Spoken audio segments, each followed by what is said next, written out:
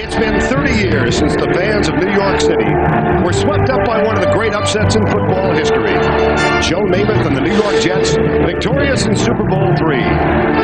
Bill Parcells earned his place among New York football legends by winning 2 titles as head coach of the Giants. He's back in New York, this time as head coach of the New York Jets. Answering the prayers of their fans, the Jets captured the AFC East title and have positioned themselves for a run at a second Super Bowl. Jacksonville head coach Tom Coughlin is a Bill Parcells disciple, his fiery style reminiscent of his mentor. He's also tasted success as a head coach. He took over the Jaguars in '95. 1 year later, had them in the AFC Championship game after stunning upsets in Buffalo and in Denver. Now the Jags are back in the playoffs for the 3rd straight year. A first-round victory last week over New England has put the Jags 1 game away from the AFC title game and 2 wins away from the Super Bowl.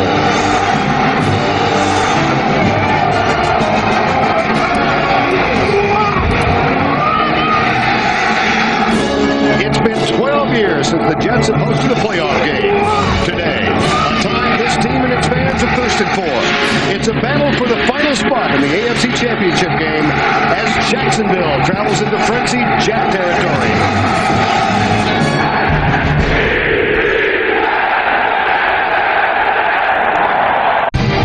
Good afternoon, everybody. I'm Vern Lundquist along with Randy Cross. Welcome to the Meadowlands and the continuation of a remarkable Jet story. 1-15 2 years ago, division champions for the first time since the merger this year.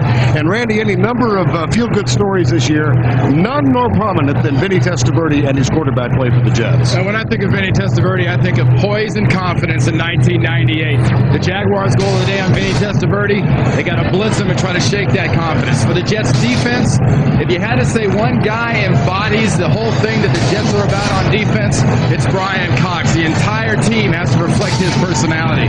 For the Jaguars, they got kind of a 2-headed monster on offense.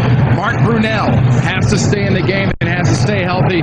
Fred Taylor's running game keeps Mark Brunell healthy. But for the Jaguars on defense, a huge story will be how they handle Vinny in the offense. And Kevin Hardy has to be the guy in charge of getting after Vinny Testaverde. Jets in the playoffs for the first time since '91, first time at home since 1986. We'll be back.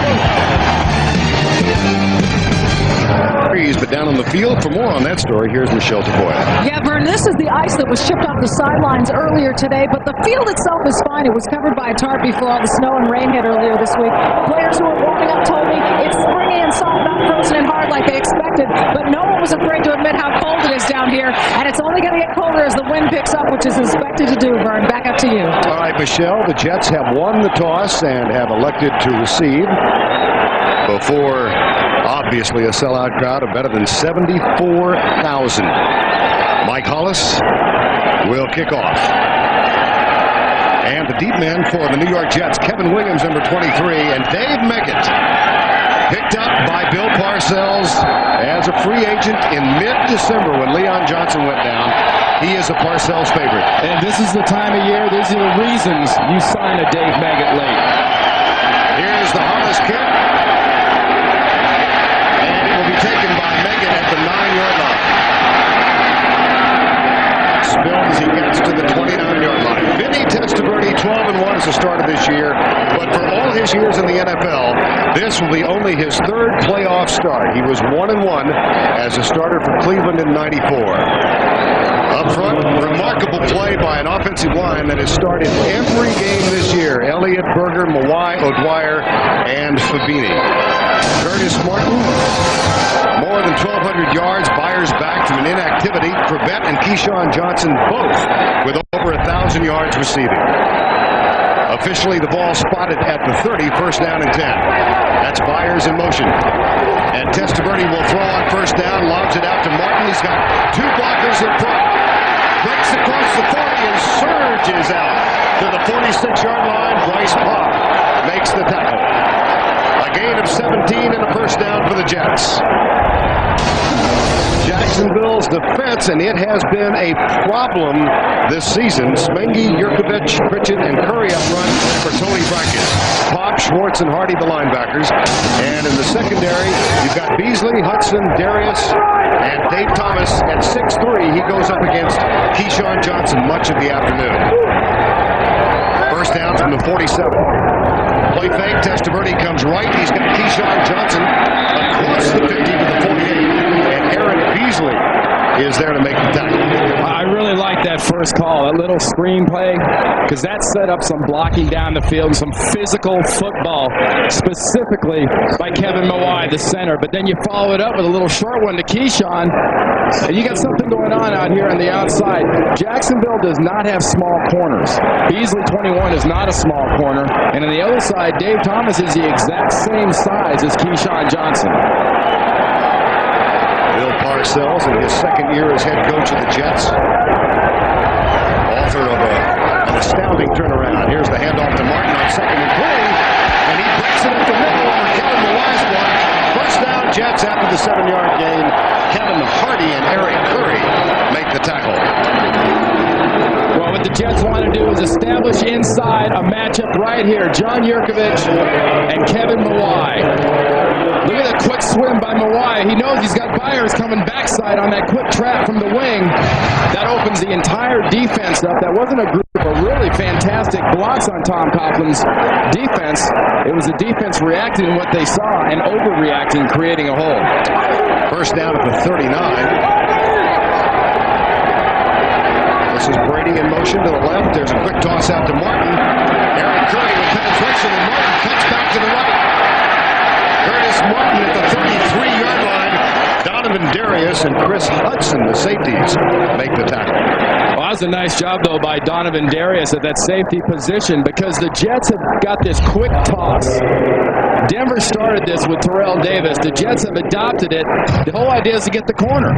The corner's been stuffed. So when Martin breaks back, that young safety has the presence of mind to be there and cut that whole thing off. But look at Keyshawn Johnson working inside against Eric Curry, a defensive end. I love watching these receivers from New York block, because they'll block linemen, linebackers, it doesn't matter. Johnson wide to the left on second down. Myers in motion. They hand it off to Martin this time. Defensive penetration led by John Yurkovich. The fire plug at defensive tackle, and Martin is stopped at the 35. Hey, this Jacksonville defense has really been worn out the last 3 or 4 weeks. Not so much on the field as much as off the field. People just ripped this team. Curtis Martin made a comment about having a big game this week, and this defense is taking it personally. But the best way to take it personally against a Curtis Martin, you better be able to handle those 5 guys up front. Dave Minkett in. First time on offense, and the spread offense now for Vinny Testaverde. He's got 5 receivers out. Johnson in the slot to the left on third down. Here comes the blitz. Beasley coming in the blitz, and Minkett with the catch. Played, of course, for Parcells out of Towson State with the Giants. A 5th-round draft pick. Then went to New England when it was cut by the Patriots and signed by Bill in December. You know, been waiting for this since the playoffs started. The off week, knowing that Bill Parcells and David Meggett weren't rejoined here in New York with the Jets, for Dave Meggett to cover kickoffs. He's a weapon as a receiver out of the backfield. He lined up in that case as the wide split receiver on the left. And don't forget also, this young guy out of Towson State, like you said, can also throw a pass. That's a 14-yard gain officially. Testaverde play fake. Swinging comes from the outside. Johnson touchdown! Keyshawn Johnson.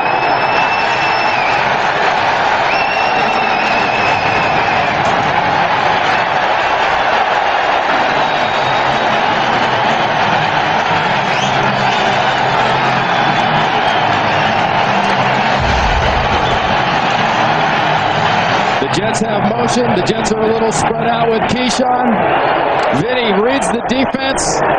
And look what Keyshawn Johnson has done all alone. Every game there's a defensive back that seems to have a kick-me sign on him. Aaron Beasley is the kick-me sign for Jacksonville. John Hall knocks through the point-after touchdown. Keyshawn Johnson, 83 catches in the regular season. His first ever in the playoffs. Jets lead by 7. There's not much space here between Keyshawn and Aaron Beasley. Watch that space grow. Safety sits. Keyshawn keeps going. Great execution and mental alertness by Vinny Testaverde to find Keyshawn. Here's the kick from Sean Hall. Tavian Banks and Reggie Barlow deep. This is Tavian Banks at the 5. Comes left, and the Jaguars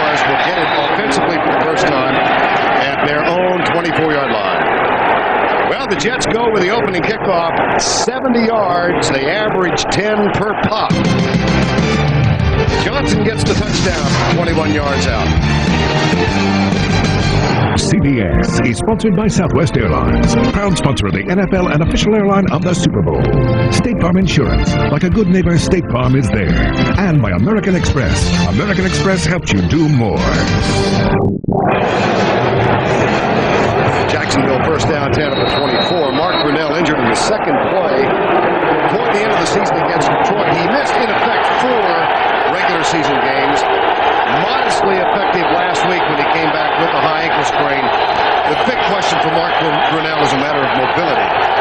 First down, Jets open with a 3-4 defense, and they send at 3. Brunell with time, but good coverage, and it's batted backwards by Jason Ferguson.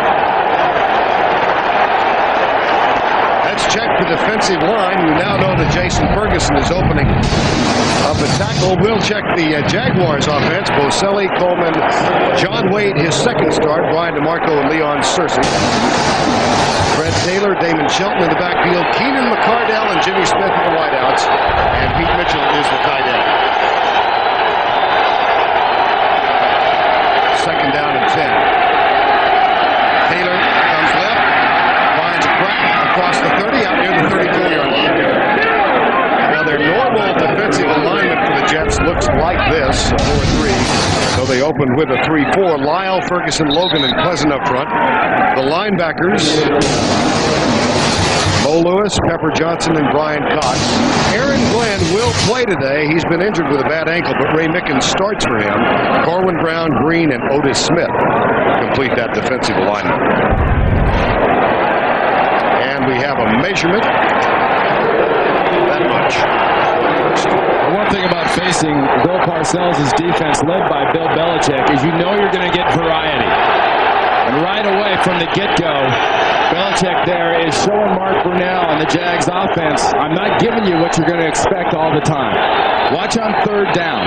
Belichick will go with 2 defensive linemen, 5 linebackers sometimes. You can never predict what this guy's going to pull on you, but you've got to be able to react. Third and a foot. Double tight end set. You see the CBS first down line. Mark beyond which they must go, and they do. Fred Taylor gets the first down at 35. Jason Ferguson with the tackle. And help supplied by Pepper Johnson and Mo Lewis. One thing about this young running back out of Florida, though, you see him twice so far. He's gone onside. And when he runs onside, he can pop some big plays. And last week, 162 yards in that wild card game against New England. He's at his most dangerous, though, when he cutbacks and thinks you're going to give him that gap.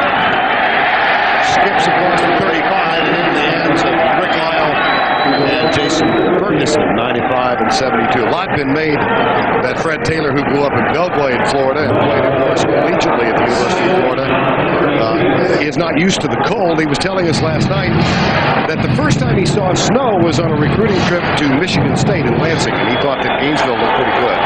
Yeah, I think all that kind of stuff is just hype for sports writers personally. This kid can run. And right about now, he's forgotten that it's a little chilly. Here's Brunell with a play fake. Look at the time. And the pass incomplete, intended for Pete Mitchell. Brian Cox, number 51, was there. But again, Brunell with good offensive line play. Well, you remember what we talked about, though, that Brunell has got to stay healthy. And I'm sure the Jaguars went in thinking, hey, look, they're going to blitz him. They're going to come after him and try to knock him around. Well, what Belichick and the defense are doing are going, hey, we're not going to blitz you. You're going to have to beat us with your head as much as your arm and your feet. Mark Brunell said last night that one of the keys for the Jaguars today is how well they recognize third down defenses that Bill Belichick throws at them. 3rd and 9 here. Here comes the blitz. Brunell in trouble, flicks it out. Intended for Damon Shelton, the fullback.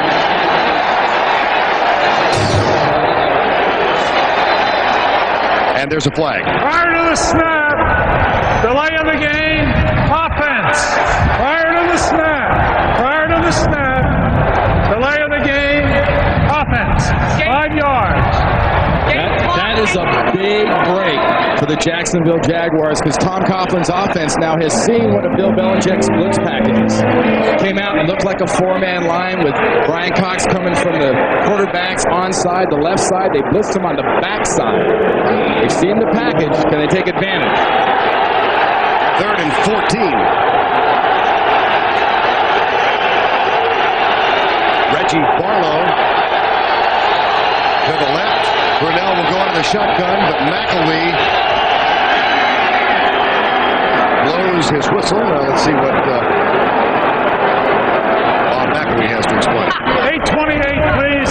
8:28. Well, they put an additional 8 seconds back on the clock.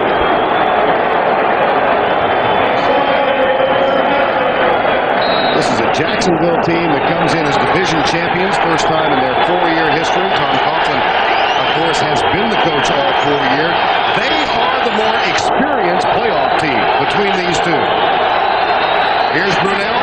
Here comes the rush. Cascadden is coming, and the pass is into the general vicinity of the Jacksonville bench. Anthony Pleasant put the pressure on, and look at Brunell limping as he gets up. Well, when you hit Brunell, it's got to be inside out. When I say inside out, cause a confusion between the guards and the center. Look at the game inside. Pleasant goes outside, Cox comes inside, and Pleasant gets released. And it's Pleasant that hits Mark Brunell. Watch the stunts and the blitzes inside, getting in Mark Brunell's legs. Brian Barker on to punt on the down. Dave Megan still dangerous at 32. Will grab this one at the 29. This time, excellent downfield coverage by the Jaguars. A 40-yard punt for Brian Barker. 4 on the return for Dave Megan. We play midway through the first quarter. January in Jersey. The Jets lead 7-0. NFL on CBS is sponsored by the American General Financial Group. Live the life you've imagined. And by IBM. Are you ready for e-business? Dick Duran, the defensive coordinator of the Jaguars, said last night their goal today is to limit the Jets to 2 big plays in 60 plays. Big plays defined as a run over 15 or a pass over 20. In the first drive, the Jets had 2 big plays, 2 for 7. Here's Testaverde, handoff, Curtis Martin. Up the middle to the 5-yard line. John Yurkovich. Tuesday's world premiere movie, A Family of Cops, is threatened when a banker's murdered the voice of one of their own. Charles Bronson stars in the world premiere movie, Family of Cops, Tuesday on CBS, America's most watched network. Charles Bronson cut down a few big plays. Jacksonville defense might need somebody like him if Bill Parcells' offense keeps running these formations and these big plays at him. 2nd and 7. You see the first down, CBS first down line to the right. And here's Testaverde. Still perfect. Keith Byers makes the grab. And a fight is broken out at the 30-yard line. Doesn't appear that it will amount to much. Kevin Pritchett is one of those involved, and Kevin Mawai, the center, number 68. Kevin Mawai is a guy they can ill afford to lose. So the last thing you want is a veteran like that who does not have all the playoff experience in the world coming from a place like the Seattle Seahawks. In this high pressure, really emotionally focused type situations as the playoffs can be.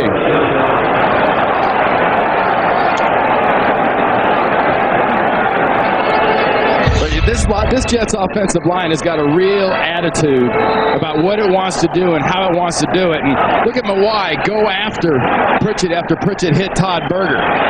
This is a line that doesn't get a lot of credit, but they're a lot of the reason Vinny's played so well. 3rd and 4, and the spread offense now for the Jets. 4-man rush for Jacksonville, popped across the middle, and there is something rare. Wayne Corbett drops a pass. I'll tell you something else about that, though, is the fact that Jacksonville defense did a nice job. Watch Corbett just try to come right behind the line. But the Jacksonville defense is right there to stop him. Hudson, the safety, filling up real quick like that. That's what Dick Duran's defense needs to do against the Jets. Don't give them room to breathe. John Kidd, the 3rd Jet punter this season, will send it deep to Reggie Barlow, who led the AFC with a 13-yard per return average. This, not a good punt, but it makes a nice bounce straight up in the air and is picked up by Kevin Devine, and he pays the price back on the 15-yard line. That is a mental mistake by Kevin Devine. He had no business being near that ball. Bad news is, Kevin, you got to go talk to Tom Coughlin now.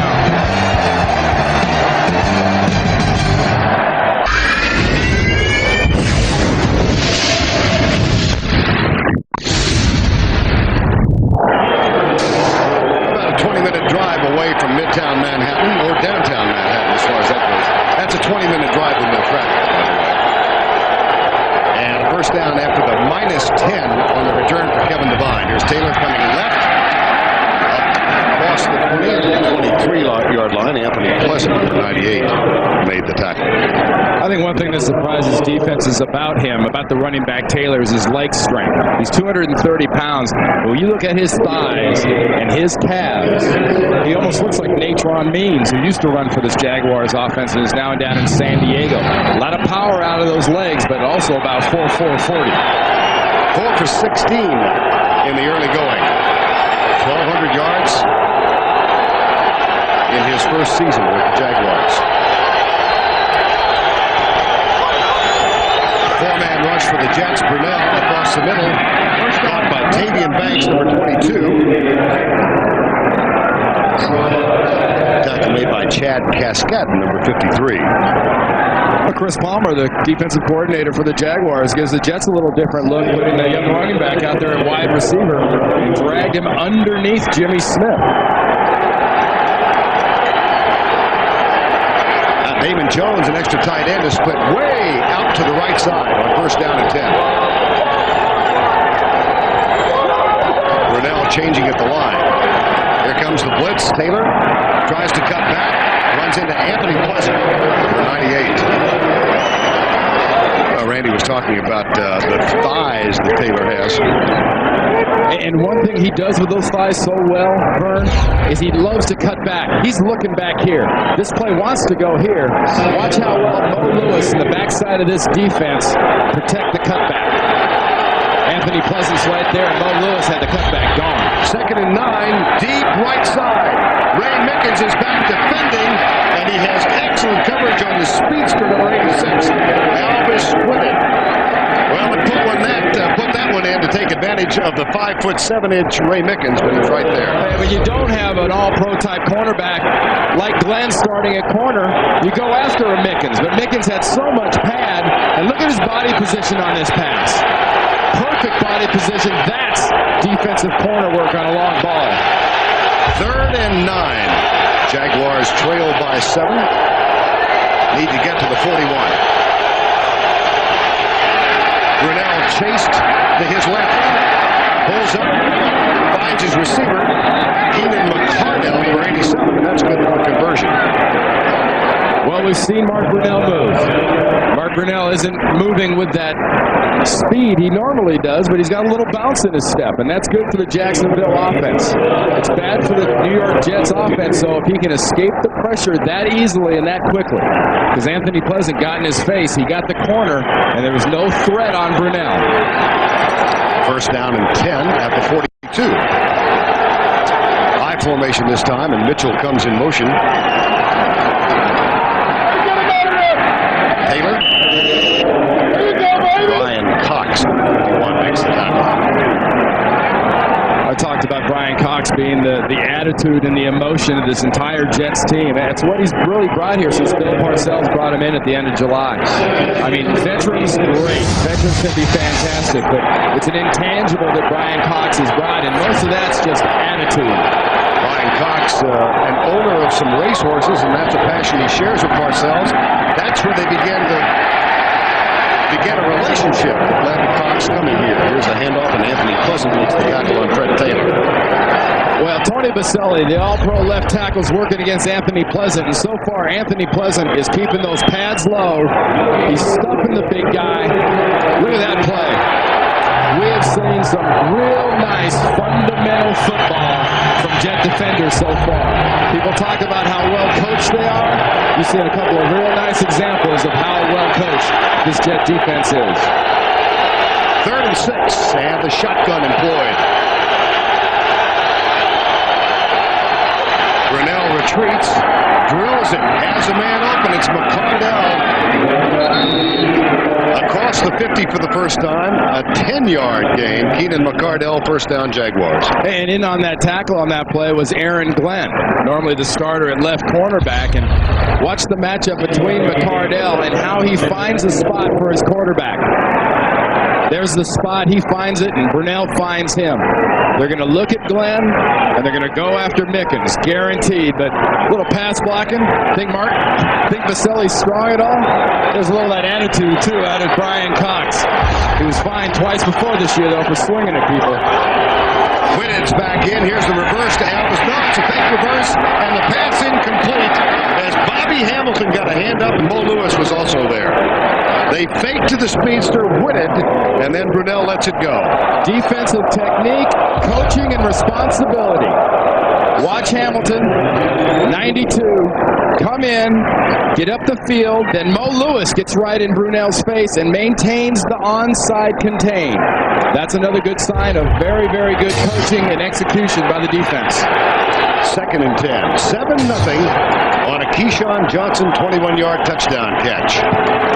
Taylor skips at the line, gets to the 43-yard line.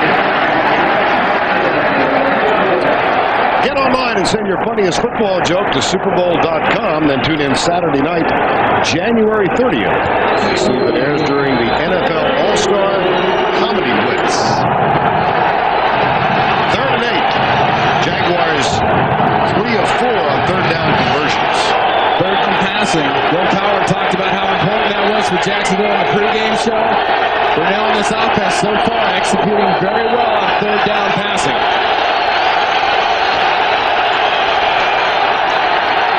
With time, batted back again, Brian Cox got his hand on the ball. Well, part of that attitude when you're working against a big horse like Tony Baselli is knowing when the battle might be a little bit over, but still having the presence of mind to get the hands up to block a pass, because guarantee you one thing, Tony Baselli is going to try to maul you physically. Barker on for the 2nd punt, make it back to return it, nice and high. And a fair catch called at the 6, perhaps the 7-yard line. We'll see where they spot it.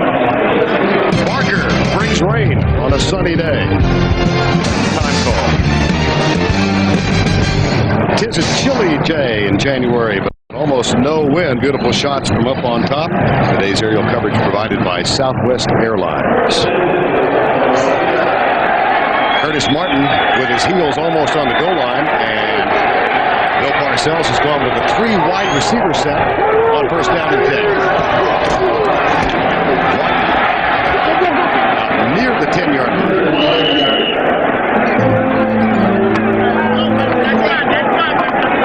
Now let's check in with Michelle Tafoya.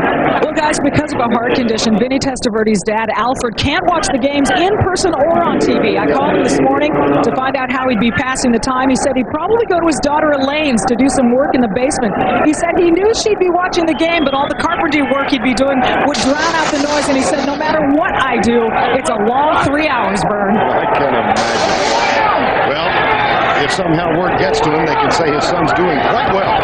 2nd and 8. Here's Martin with a toss, cuts it back to the right, gets a couple of yards. Joel Smith, 99, with the tackle. What a nice job, too, by Eric Curry there, Vern. They gave him a little different type of formation, and Eric Curry blew right up the field outside of Jumbo Elliott and set up a nice situation where Curtis Martin had to cut back. So far, Dick Geron's doing an excellent job of game planning since that first drive. Well, we have reached the end of 1. That's the end of the first quarter. Bill Parcells' squad on top 7-0. They went 70 yards in 7 plays. Keyshawn Johnson got the touchdown. We'll return to Giant Stadium right after this message. And a word from your local station. CBS coverage of the divisional playoffs continuing from Giant Stadium in East Rutherford, New Jersey. We began quarter number 2. The Jets leading 7-0, scored on their opening drive, a 21-yard toss. Vinny Testaverde to Keyshawn Johnson. Bill Lundquist, Randy Cross, and Michelle Tafoya here. First home game since 1986 in that season. The Jets defeated Kansas City in the first round game, then went out to Cleveland and lost in double overtime. They were back in the playoffs in 91, but lost a wild card game in Houston, 17-10. Leading here, but looking at 3rd and 6. And calling timeout.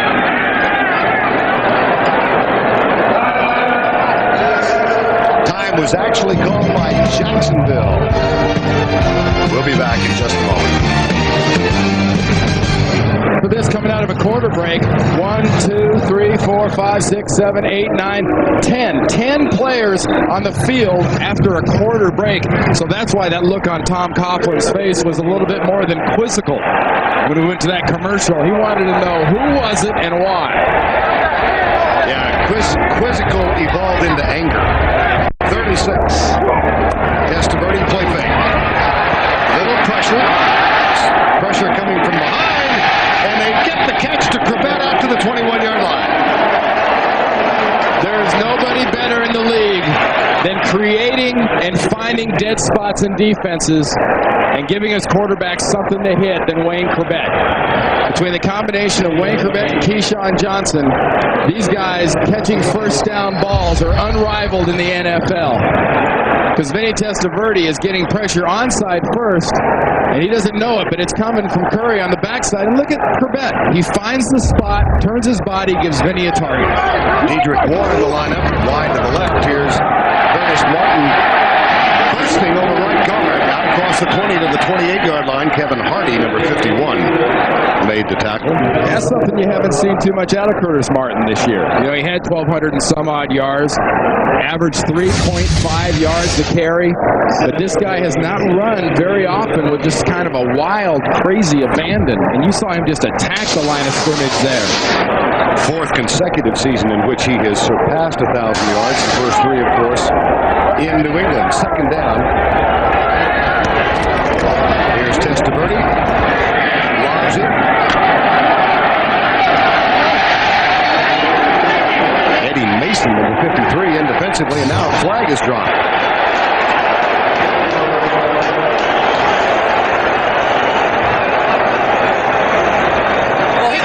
Personal foul, unnecessary roughness, number 20, defense, 15 yards, first down.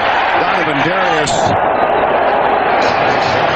Poise and control are signs of Coughlin teams and Parcells teams.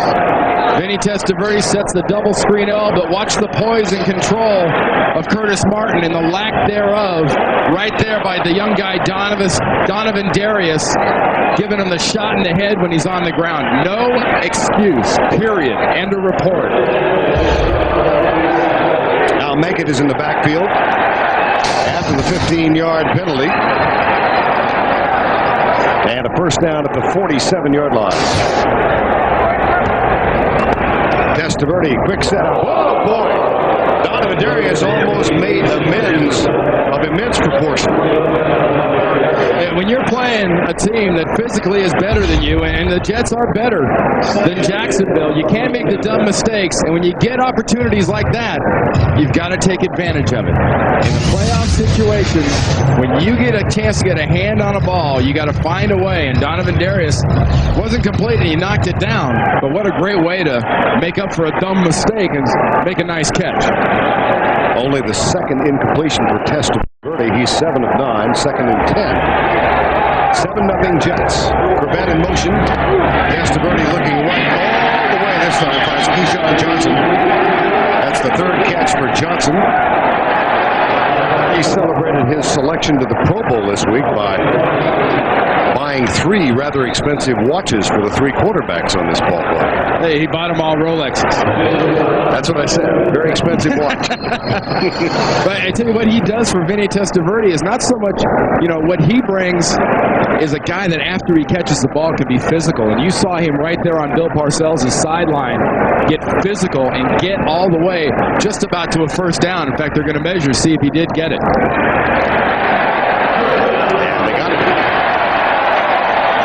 That's the part of Keyshawn's game I think he's really improved since he came in the league, is learning to be more physical. He's got the size advantage. Why not be physical? And there's what I was talking about earlier on third down and getting those big catches, second or third down, but getting those big catches for a first down. Wayne Corbett, no 2 wide receivers in personality could be more opposite than these 2, but it does not carry over to their complementary play on the field. Here's Martin to the 40-yard line. Tackle made by Kevin Hardy. Tuesday on CBS, a special 2-part Jag begins when Mac investigates a Navy cover-up. Then it concludes Wednesday when a hostage rescue goes horribly wrong. All new Jags Tuesday and Wednesday on CBS, America's most watched network. Well, a lot of concern overnight, Randy, about wind. Almost non-existent. We've had a variety of atmospheric conditions here. Snow on Friday, fog yesterday, and clear skies today. Keith Byers to the 13. Kevin Hardy with the tackle on number 41. Charlie Weiss, the offensive coordinator for the New York Jets, helped design a video NFL football game in the offseason. And right now, the way he's calling plays, he looks like he's got one of those little game controllers out, and he's just kind of picking his spots. He knows he's got a good offense, and he's giving him a little bit of everything. Gave him a little Meggett, gave him a little Marks, gave him a little Byers, gave him a little Corbett. Back split. This drive began on the 7-yard line after a Brian Barker punt. Blitz coming. Testaverde, a little pressure, pulls up and throws it away. Dave Thomas and Keyshawn Johnson. Dave Thomas said he would not chat with Keyshawn today, but I think he had a couple of things to say then. Well, when Dave Thomas is back covering a Keyshawn Johnson, too, and the old Vinny in that situation might have tried to make something happen. Vinny didn't try to make something happen, and when you're going against that matchup there, look at Keyshawn Johnson's size. He usually dominates defensive backs. There's virtually no difference. Dave Thomas and Keyshawn Johnson renew their rivalry to the left side. Here's the toss to Martin, and Martin hit behind the line and loses yardage back to the 35. Joel Smengi, who's probably destined for off-season shoulder surgery, but plays on despite the injury. Well, on that play there, he fought right through Brady. And when you see Kyle Brady in the Jets offense, pay very careful attention to Kyle Brady. Because sometimes he's at a wing tight end, sometimes he's in a slot tight end, and very often he's in motion acting as a trapper. That time, Smengi came right through the shoulder and wouldn't let Curtis Martin get the corner again on that quick toss. Corbett and Johnson come to the near side. Dedrick Ward, he is tight right, and Fred Baxter's in as an extra tight end. Johnson and Testaverde goes deep for Dedrick Ward, incomplete at the 14-yard line. Coverage from Kevin Devine. Well, I got to tell you something now, Vern. I mean, I'm enjoying this game, obviously, but Eric Curry, number 75, for a guy that's starting for Tony Brackens and hasn't played a whole lot, look at him working right there against Fred Baxter, the tight end, and getting this pressure on Vinny Testaverde. We've seen this guy, former Tampa Bay Buccaneer first-round draft choice, really coming on and has brought a serious dose of football to the Jets offense. John Hall will attempt one officially from 51 yards. Has a great leg. Accuracy sometimes a problem, but not now.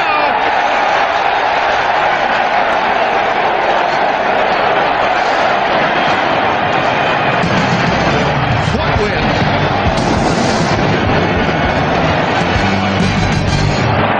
By the new Dodge, it's about change.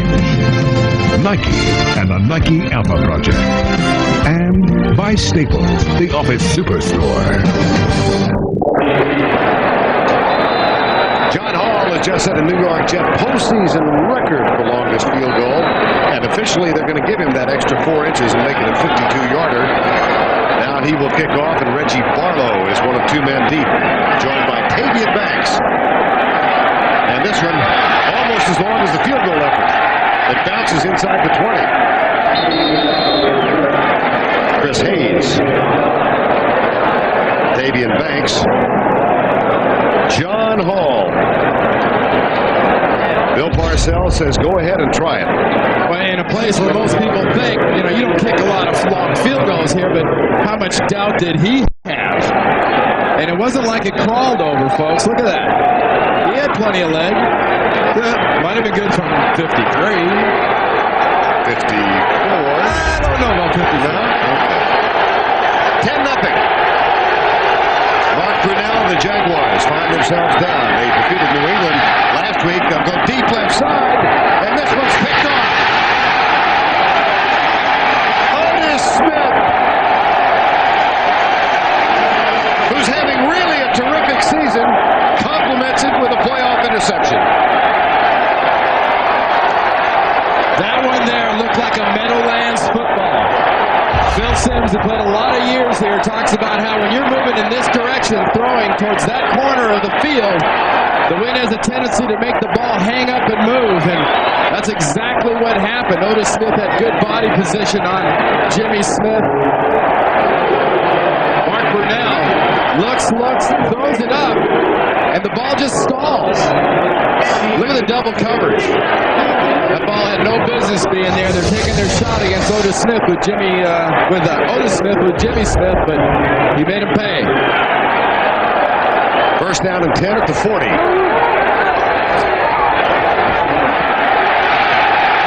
Curtis Martin across the 50 to the 45-yard line. A 15-yard gain. Kevin Hardy finally caught up with him. Well, sometimes, Vern, if you're an offensive lineman, you just got to take a guy where he wants to go. And Kevin Mawai and Todd Berger and Jumbo Elliott just take people where they want to go. Good job there by Jumbo Elliott, but look at the authority and the decision-making of a running back on that run right there. I mean, Curtis Martin is bringing it. He talked this week that he was going to have a big game. He was going to bring it. He has brought it. That's a gain of 15, and the second big play on the ground. This could be the third. Here's Martin down to the 36-yard line. Donovan Darius with the tackle. And that one there was right into the heart of the Jaguars defense. When you talk about the heart, you got to look at Kevin Mawai, the center. He works with the guards in there. O'Dwyer, little quick trap there by Byers on Yurkovich. Nice block by Kevin Mawai on the linebacker, Schwartz. Martin is bringing it, and those offensive linemen are the reason. Curtis Martin, following the block of Kevin Mawai, now has 50 yards, halfway to his stated goal of 100. Here's the play fake from Testaverde. Drills it. Caught. No! Drop. Baxter, who has caught only 3 this season, had that one right in his mitts. Bill Parcells talked about this version of Vinny Testaverde. Doesn't try to force the long passes down the field, and when he moves, he doesn't try to force the ball. He usually just runs. Well, this is designed for a pass. This is designed for Baxter to drag back behind. Vinny put it where it was supposed to be. You can't do it all, Vinny. You need a little help. 3rd and 1. Double tight end set. Baxter lined up tight to the left. Curtis Martin with a deep set has room. And first down for the Jets at the 31-yard line. 5 more for Curtis Martin. They're really Schwartz, excuse me, Randy. Vern, they're taking advantage right now of the Jacksonville defense running the ball behind Jumbo, Berger, and Kevin Mawai, because they're just pulverizing the inside of that defense and folding the defense down, enabling Curtis Martin to make those cuts. Watch the defense just fold down to the left, sets up the cut back to the left. Dick Geron, the coordinator for the Jaguars, better start stunting. They're going to eat him alive. 1st and 10. again. To the 30-yard line. Kevin Hardy with the tackle for 51.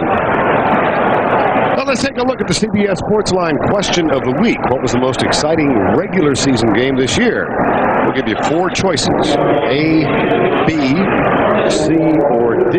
Log on to vote at cbssportsline.com and on America Online at keyword CBS Sportsline. There's Dick Duran, the defensive coordinator of the Jacksonville Jaguars, who really has to be challenged right now with the attack that Bill Parcells' offense and the different looks they're given. Corbett starts in motion. Testaverde goes right to Keyshawn Johnson. And he moves it to the 25-yard line.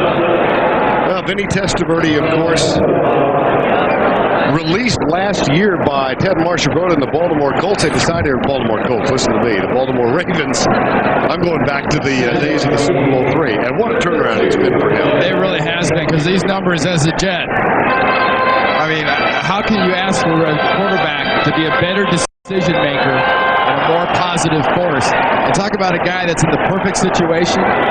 He's around his family year-round. I've never seen Vinny, and I've been around him most of his career. I've never seen Vinny this comfortable and confident. 3rd and 2. They toss it to Martin. He spins, and he's got the first down. Inside the 20 and down to the 18. Chris Hudson finally got there, but much too late.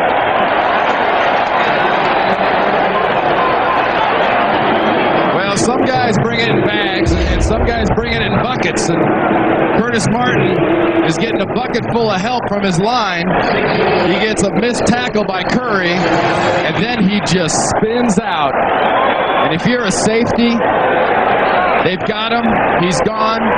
No, he's not. Here he comes. Now Bill Parcells has Meggett in the lineup along with Alex Van Dyke. 5 receivers. Meggett split way to the left. Across the middle, incomplete. Dave Thomas got there defensively as Keyshawn Johnson made the stop. You know, one thing this defense needs to do more of is you need to be more proactive and not reactive.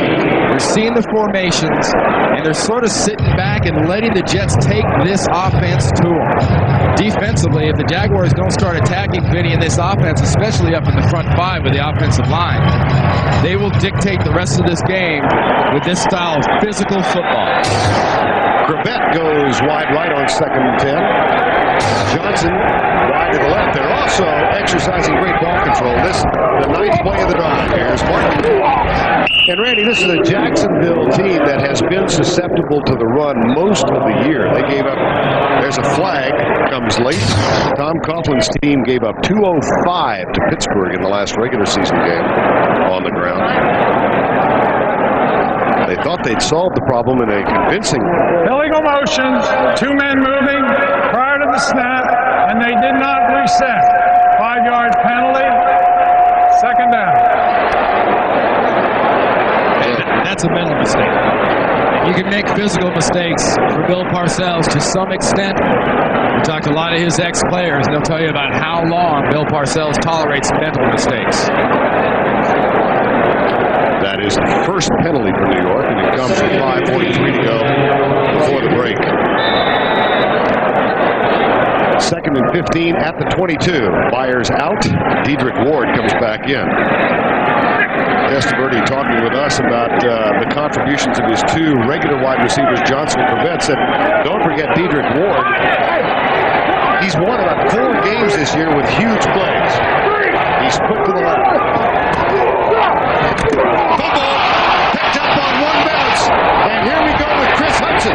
He laterals back to Eric Curry, and then Dave Thomas loses it. Are you kidding me? There is a flag down at the 39 as well. Chris Hudson picked it up on 1 bounce and inexplicably decided to lateral the ball to Eric Curry. One of the cardinal sins you can make as a defender is when you make something good happen, the last thing you want to do is try to make something better happen, and it ends up being negative. And Tom Coughlin's football team has showed a little lack of poise in this half. 10 guys on the field, a late hit by Darius, and that is another mental lapse by Hudson. There's no excuse for that. You just do not do that at the end of a big play. Now we'll have a conversation led by Bob McElwee. Joel Smingy is the man who made the hit on Curtis Martin that started all of this. But the question here, too, has to center around if it was a forward lateral or not when Hudson threw it. Because Hudson looked back and thought he saw somebody, Dave Thomas. But by the time Thomas, I think it was, got by him, he was in front of him. There is no foul. The fumble recovery is good. First down.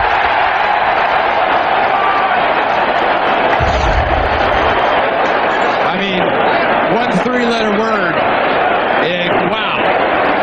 Curtis Martin, there's the negative for the Jets. There's the positive for the Jaguars. Keep it a positive. No, don't. He's going to do it again. By the time he flips it, it ends up being a forward lateral. Thomas and Curry are in there. That is lack of poise and lack of control. And Coughlin, like Parcells, does not tolerate mental lapses. Get the idea sometimes that there are a few too many highlight shows late at night and too many young players want to make their presence known on those highlight shows. Chris Hudson, in his 4th year from Colorado, had given his team a heck of a jump start and then negates it with the decision to lateral. Here's Byers in motion. Martin. Another 8. And maybe 9. Make it officially a 9-yard gain. Well, Charlie Weiss upstairs says, hey, if you liked him on that last preempted drive right in your face, you're going to love him this time because my offensive line is going to create a hole. Todd Berger is going to drive Yurkovich to the ground. Martin hurdles him, gets hit and doesn't stop. When a guy gets in the air and gets hit 99.9% of the time, he immediately goes to the ground. Curtis Martin is running possessed. Already 72 yards on 16 carries. They'll give it to him again. Bryce Pop makes the tackle and appears to be short of the first down. Now, that was a little proactive defense. That wasn't waiting and reacting. Bryce Pop came in there and did a little proactive all over the chest of Curtis Martin on that run. And that's the kind of play, the kind of fire this defense needs to get back.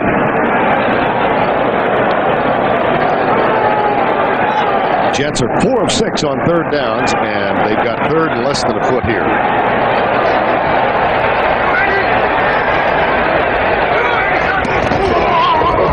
Martin, first down, New York. Out near the 50 at the 48, Donovan Darius makes the tackle. Well, either Jacksonville or the Jets will head out to the Rocky Mountains. The AFC Championship game next Sunday, 4 o'clock. The Denver Broncos, who looked just a little convincing yesterday in destroying Miami, will be at home again. Of course, it was 2 years ago that Jacksonville went out there and defeated the Broncos 30-27. And it will all begin with our coverage of the NFL today. The guys are going on site to Mile High next week. Mike Shanahan's football team sent a message to the NFL, the heck with the AFC. Those losses, those lapses. First and 10, Testaverde comes left, finds Quebec, who leans out and gets the first down at the 41. Dave Thomas makes the tackle, but a gain of 11. You know, it's wide receivers like Keyshawn with his power and Wayne Corbett with his effort that spoil football fans and football coaches. Because not all receivers have Keyshawn's power, and not all receivers have Corbett's effort. That is a guy thinking the whole time he's on the football field.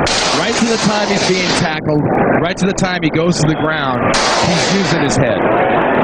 He did not make the Pro Bowl roster this year. Many thought he should have, but he will go as a guest of Testaverde. Here's Vinny Testaverde for Johnson, tipped away. Nice play by Aaron Beasley, number 21, who got his right hand up. Hey, you got to say Chris Hudson, too, was dragging across in coverage on Keyshawn Johnson. Because Keyshawn's going to come inside. Dave Thomas is going to try to stay with him, but it's a zone defense. They let him run, and look at Hudson pick him up. That is good defense, finished off by Beasley. Watch Beasley coming from the left side of your screen with that right hand. Johnson breaks the huddle, goes wide to the right. Curtis Martin as Crevette goes in motion. Vinny Testaverde goes right.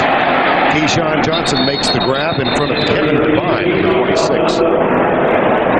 That was a pass there. A veteran cornerback might have jumped on that. Vinny let that thing hang out there an awful long time. Devine was thinking tackle, not interception. We have reached the 2-minute warning at the Meadowlands in New Jersey. Jets up by 10. Beautiful view of the skyline of Manhattan in the background. Giant Stadium in the foreground here at the Meadowlands in East Rutherford. And today's aerial coverage provided by Southwest Airlines. Temperature in the mid-20s. The Jets much hotter than that. And they lead at 10-0. Coming up at halftime on the NASDAQ Amex halftime report. We'll go back across the Hudson to Jim Marcus, Brent Jones, Mike Lombardi, and Bill Cowher, coach of the Pittsburgh Steelers, through their analysis of the first half. Jacksonville has to limit the Jets here. They can't let them score because Vinny and these Jets have dominated the first half. That's domination right there. More than double the number of plays, more than double the time of possession. And Curtis Martin has another first down at the 30-yard line, and another fracas breaks out between these two teams who are not noted for the intensity of their rivalry. They've only played twice before. Jumbo Elliott and Kevin Hardy. There's no excuse for losing your poise like that. And it was started by Kevin Hardy of the Jaguars. Keep your poise. Your football team is killing itself, losing your composure.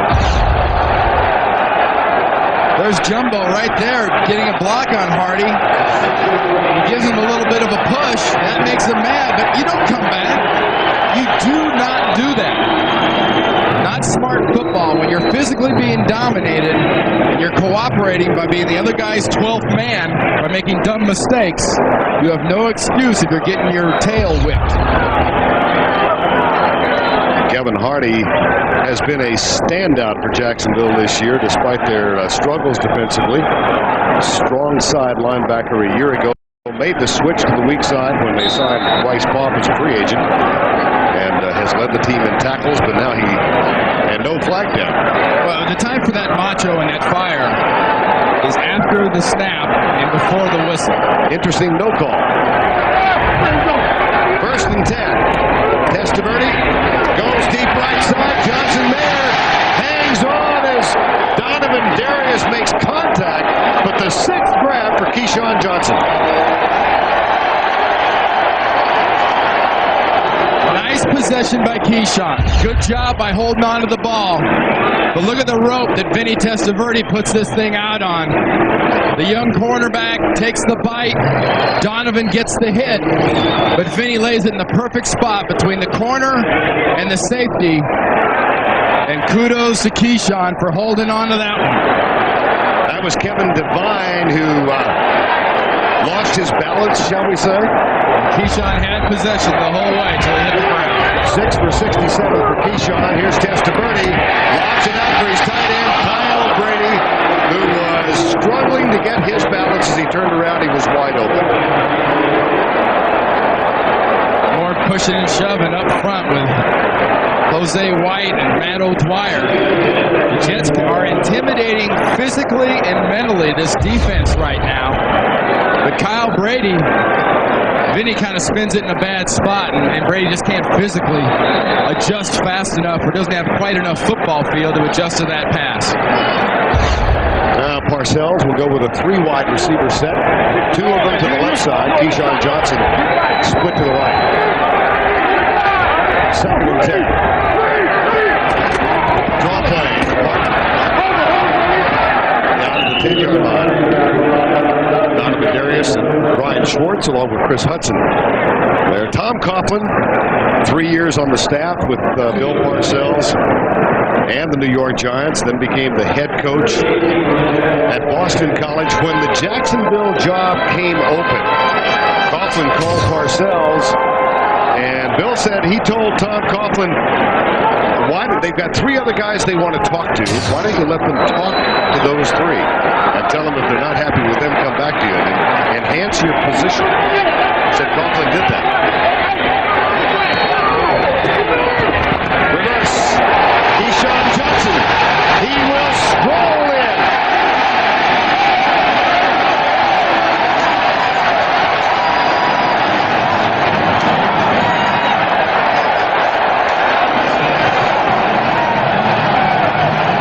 Situation as an offense where you are physically beating somebody and mentally you know you're in their heads, you can count on overreaction.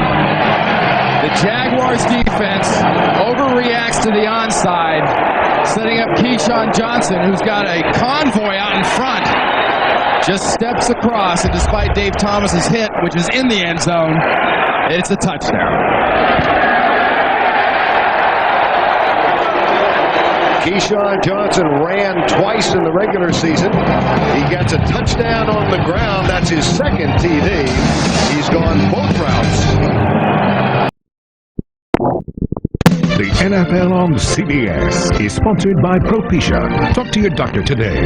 And by 10-10-220. Back at Giant Stadium. And the New York Jets dominating. Check this out. They have run 20 consecutive offensive plays. It's just a mental and physical domination so far, not only by the guys on the field, the guys in the boxes. Charlie Weiss and Bill Belichick are having fabulous first halves, and the Jaguars, in their non-defense, they're helping the Jets an awful lot.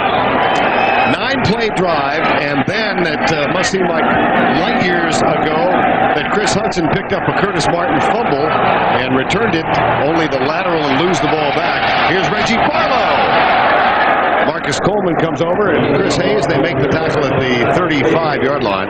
That one return of a fumble, the only time that Jacksonville has touched the ball in the last 20 plays. Well, here's Keyshawn. Watch the defense react that way, and check out Kevin Mawai, the center for the Jets. That release has to tell defense no other thing but, hey, I'm going downfield. But the Jag defense reacted so hard onside, there was nobody to see Kevin Mawai get out. 21-yard touchdown catch and a 10-yard touchdown run for Keyshawn Johnson. Here's a handoff. Fred Taylor out to the 40-yard line. Coming up with the NASDAQ Amex halftime report back across the Hudson. Jim Nance, Brent Jones, Marcus Allen, Mike Lombardi, and Bill Cowher. First half analysis. That's coming up shortly. Here's Brunell. That's his 4th completion in the first catch for Jimmy Smith, number 82. Clock is stopped after the 8-yard gain. Jaguars have 6 seconds remaining in the first half. Sampras versus Agassi. Sampras prepares to serve. Agassi rips the return. Sampras runs it down. Wow, what a backhand! Sampras crosscourt. Agassi down the line. The crowd goes wild. Hey, the ball boy won't give Sampras the ball. Dennis, get in the game. 17-0 Jets lead over the Jacksonville Jaguars. Tom Coughlin, Mark Brunell having a quick chat. 1 timeout left. It's just a situation, Bill Parcells' defense, nobody gets behind you. Your defensive backs that are going to go back to as far as possible. Corwin Brown will be the deepest man. Deepest, then the deepest. That's Corwin Brown right there. No one gets behind you. Jets bring 3. Brunell up. Deep left side. That's caught. That's a touchdown. Oh my gosh. 52 yards. Jimmy Smith. Over Otis Smith. Well, we've seen some mental lapses out of the Jacksonville Jaguars, cost them some points. But Tom Coughlin's offense right there, and they're coordinator upstairs, Chris Palmer. Everyone's thinking Big Ben. Don't let anybody get, they're going to lob it up there. Jimmy Smith just flat hits it down the sideline. And Mark Brunell, I talked about at the beginning of the game, throwing that deep ball well. That was perfect. Mike Hollis for the extra point.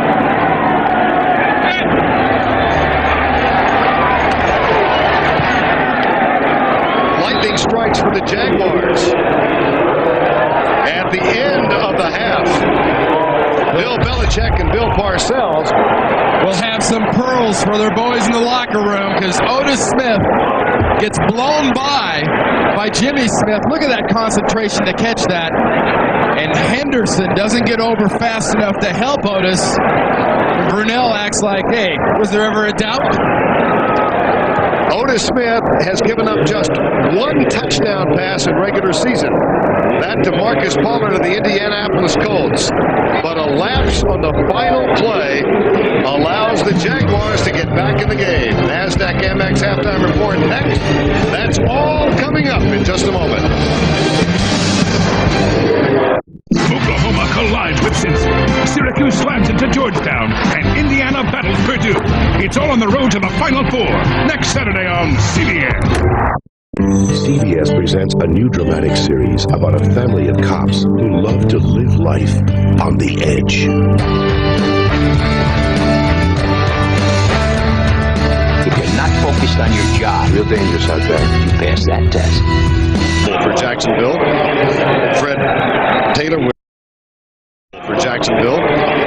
Fred Taylor with the majority of those 26. Curtis Martin had a huge first half with 84 yards. But Keyshawn Johnson part of the story as well. A touchdown on the ground and one in the air. Reggie Barlow, one of two deep men. He's joined by Tavian Banks. Here's John Hall's kickoff. This is Tavian Banks.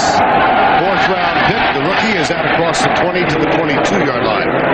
Well, we mentioned the power game of the New York Jets led by Curtis Martin, but Keyshawn Johnson had a big part in the lead. He really has been, and he's such a great all-around weapon for Vinny Testaverde on offense. Whether it's taking advantage of his size when you're throwing him a quick slant at the goal line or letting him run a really well-timed and well-set-up reverse for a touchdown. But end of the game, or end of the half, I just can't believe that this actually happened. I see it again, and I'm stunned that you don't have somebody deeper than anybody else.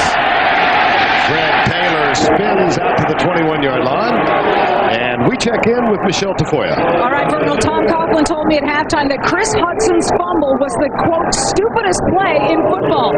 He said, we've got to stop the Jets sometime, and that touchdown you're talking about just before halftime may be a momentum builder for the Jags, and Bill Parcells agreed.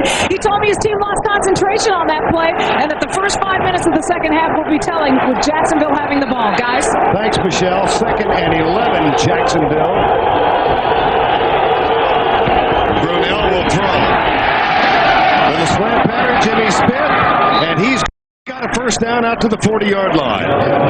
19-yard gain. Hey, the most glaring mistakes Jacksonville's made have been mental, and their biggest plays have been physical. The long bomb to Jimmy Smith, and then this one right here, working against Ray Mickens against that zone defense. Settles down right in that slot and then heads straight up the field. You hear that overused term, north and south running? He was headed north. Mickens favoring a knee. Aaron Glenn is on, and he's got a bad ankle. Here's the handoff to Taylor. Out to the left side near the 43-yard line. Pepper Johnson, number 52, makes the tackle. The key really to me at the early part of this second half, like Bill Parcells talked about, that the first 5 minutes being key, is Jacksonville has to prove to the Jets that they can physically stay with them. They can physically impose a little bit of hurt on a Jets defense. 2nd and 7. Taylor again. This time he comes right. Out near the 50. He stopped just short of the 50 by Mo Lewis, number 57. And another little disagreement breaks out. Damon Jones and Victor Green. The officials are being extremely lenient with these guys throwing punches. It's not like it's people grabbing jerseys. We're talking about some full-on hand shots to the face. Victor Green from Akron, leading tackler of the last or 3 years, the numbers of his tackles have gone down this year. Here's your opportunity to prove that you can physically stay with this defense. Split twin receivers to the left side. Brunell with a play fake. Pressure coming from Anthony Pleasant. He goes deep, and it's picked up by Coleman Brown. Brown has an escort.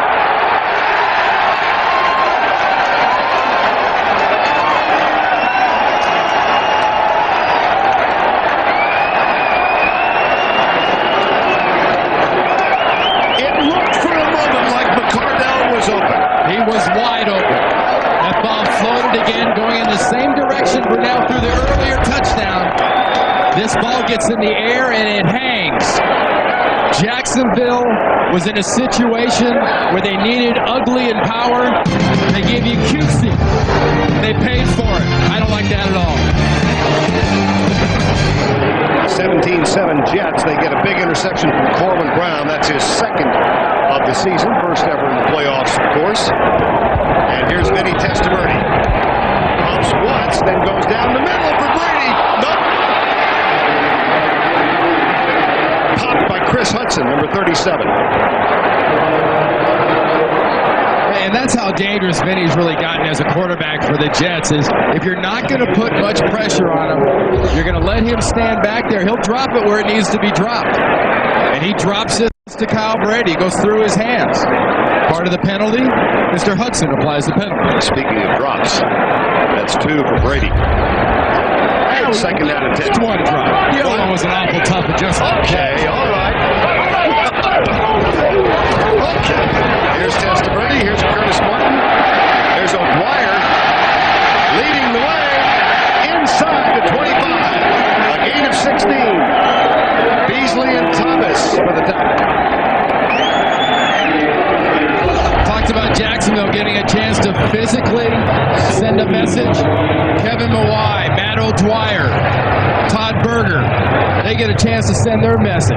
Mawai gets a block, O'Dwyer gets a block, Berger pumps into Martin, then he gets a block. They're trying to send a message now to Jacksonville that it might be another half, and we're going to come at you exactly the same way.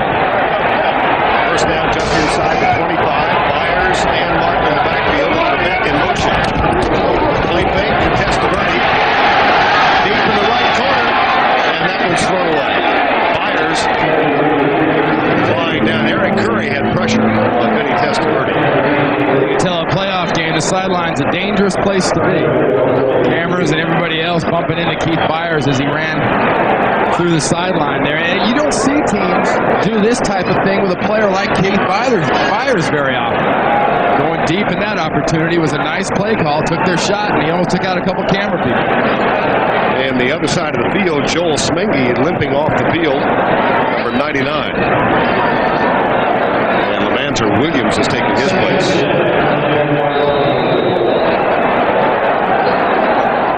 Second and 10. Alex Van Dyke is in the lineup. He and Ward, Dedrick Ward, go wide to the right. And Testaverde operates from the gun. Here comes the blitz. He gets good protection. Johnson got it! Down at the 1-yard line.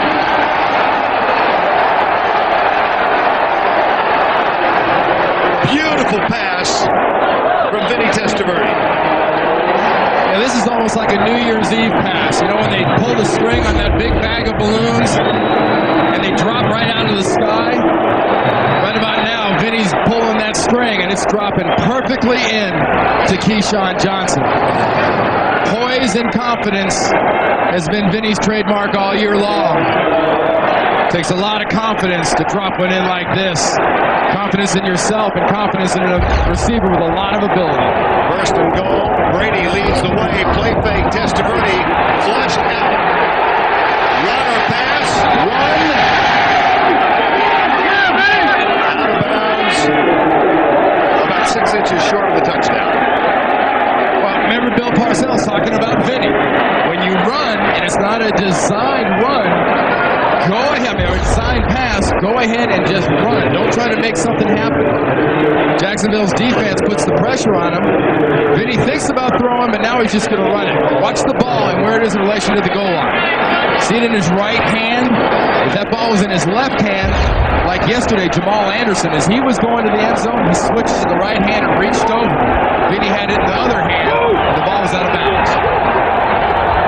Myers to the right. There's the toss to Martin. Down before he crossed the plane.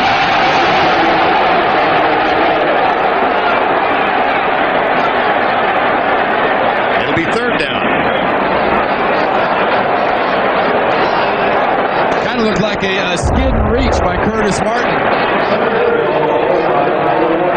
Knees down, skid, reach. Very nice call by our officials. That knee was down before the reach post skid. Look at the knee, look at the ball. Knee, ball, excellent call. No one mistaken Curtis Martin's head for the football, as happened here with Seattle and the Jets. They'll try it again. Touchdown!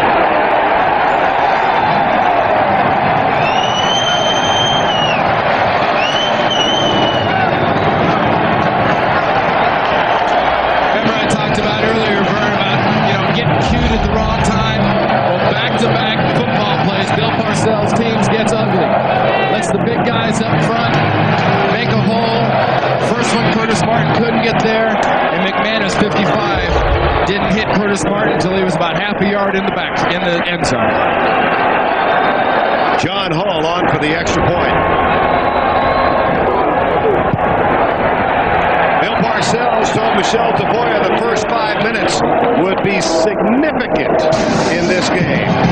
Corwin Brown gets the interception. Martin gets the touchdown. The Jets up by 17. Sponsor of the NFL and official airline of the Super Bowl. GMC Envoy. Do one thing, do it well. And by the NASDAQ MX Market Group, the market of markets. That's Ernie on the top, Frank on the bottom. They are brothers. They are firefighters in New York City. And they've been leading cheers here for the Jets for the last 14 years. Never with more emotion than today. Reggie Barlow. Reggie Barlow! No flags in the foot race. Marcus Coleman chases. Barlow has great speed, but Coleman knocks him out of bounds. 88 yards, but no touchdown. Bill Parcells has to think Tom Coughlin's football team is the thing that wouldn't leave. Just about the time you figure you got their tails stuffed out the front door, they try to make something happen, and they get back in the front door. Reggie Barlow kind of fakes that throwback, got some good blocking, but here it's just nothing but blaze and speed. If you're a Jet special teams player, you got some explaining to do. McCardell breaks to the left. Jimmy Smith comes to the right. Backs in the eye. Brunell fires it for Mitchell, overthrown. Mickens back on the field, went back to retrieve it. Well, we talked about having some explaining to do if you're a Jets special teams player. Who do you think you have to explain to first? It's Mike Sweatman, the special teams coach of the New York Jets. Second and goal.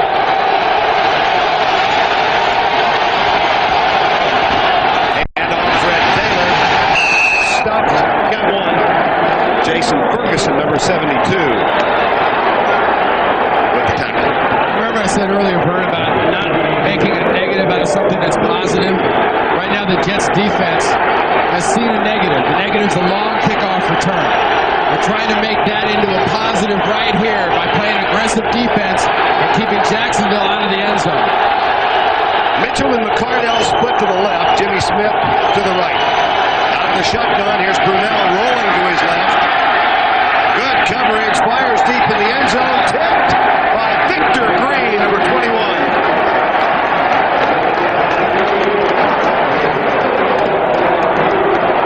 Tom Coughlin's going to go for it.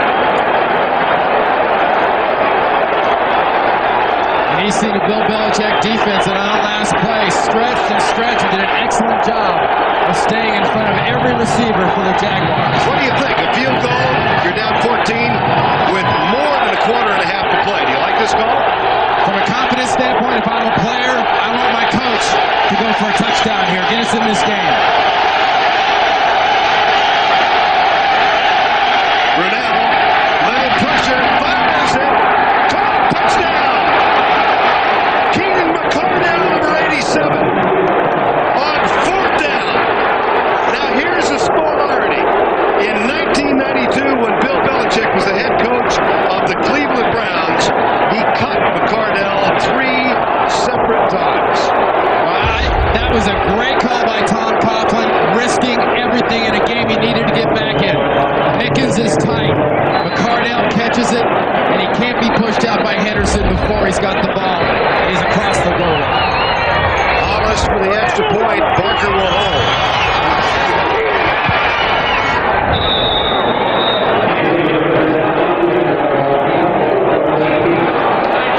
Keenan McCardell for Mark Brunell. Needed some fire. That's Jaguar fire. Getting a little rub down on the Jacksonville sideline. Reggie Barlow's 88-yard kickoff return helps set up the touchdown. It comes on 4th down. Brunell, McCardell. I really like that call. I mean, sometimes is that conventional wisdom? Heck no. You got to go with your gut. There's no hesitation by Tom Coughlin. Mike Hollis will kick it deep. Dave Meggett, Kevin Williams await it. And this will be Meggett at the 13. Out to the 29-yard line. Eric Stores, number 50, makes the tackle. 7:58 to go in the 3rd quarter. Keenan McCardell makes the grab. The NFL on CBS is sponsored by Oldsmobile and your local Oldsmobile dealers. And by the American General Financial Group. Live the life you imagine. Giant Stadium aglow in the midwinter sunshine. These overhead shots being brought to you, provided by Southwest Airlines. First down, 3 wide receivers in for Vinny Testaverde and the Jets. From the 30, they lead by 10. Henry fires it, caught by Corbett out to the 45-yard line. In front of Kevin Hardy, and a quick strike. Number 16 to number 80 for a gain of 16. Just watching this drive that just happened before by the New York Jets, followed up by a play like this by Wayne Corbett. I'm starting to think of a boxer that has nothing to do but put his hands in front of his face because he's not sure where the punches are coming from. And the Jags defense have got their gloves in front of their face, and the Jets are hitting them at will. 16-yard gain in the first down out to the 46. Brady with the lead block. Curtis Martin out to the 48-yard line. Coming in just 3 days on CBS, Dan Rather, Bob Simon, Vicky Mabry, and Charlie Rose will bring you 60 Minutes 2, the most talked about new show of the year, premiering Wednesday on CBS, America's most watched network. Vern, we saw Tom Coughlin go for it on that 4th down, get a touchdown to get his team back in the game. And Bill Parcells, being the Bill Parcells everyone's come to know, in this situation is going to jam this ball in the Jaguars defense's face to try to put them back out of the game. On your left, you see the CBS first down line. Here's Martin from Testaverde. Nice block from a wide, but we may have a hole. This one could be coming back. Donovan Darius trails Martin and makes the tackle. Anytime a defender goes down with what you have to refer to as kind of a suspicious twisting motion, it's usually followed by a flag. Holding, number 70, offense. 5 yards, 10 yards. 2nd down. Option C. Penalty on Matt O'Dwyer. Matt O'Dwyer right there. Got the right arm around the shoulder pads. The body starts going down and twisting like that. Official standing on the sidelines. I've got a great sight line on that. Matt O'Dwyer, part of a 5-man front that has started every game this year. In the last 5 games, this Jet offensive line allowed 1 sack. That's in regular season.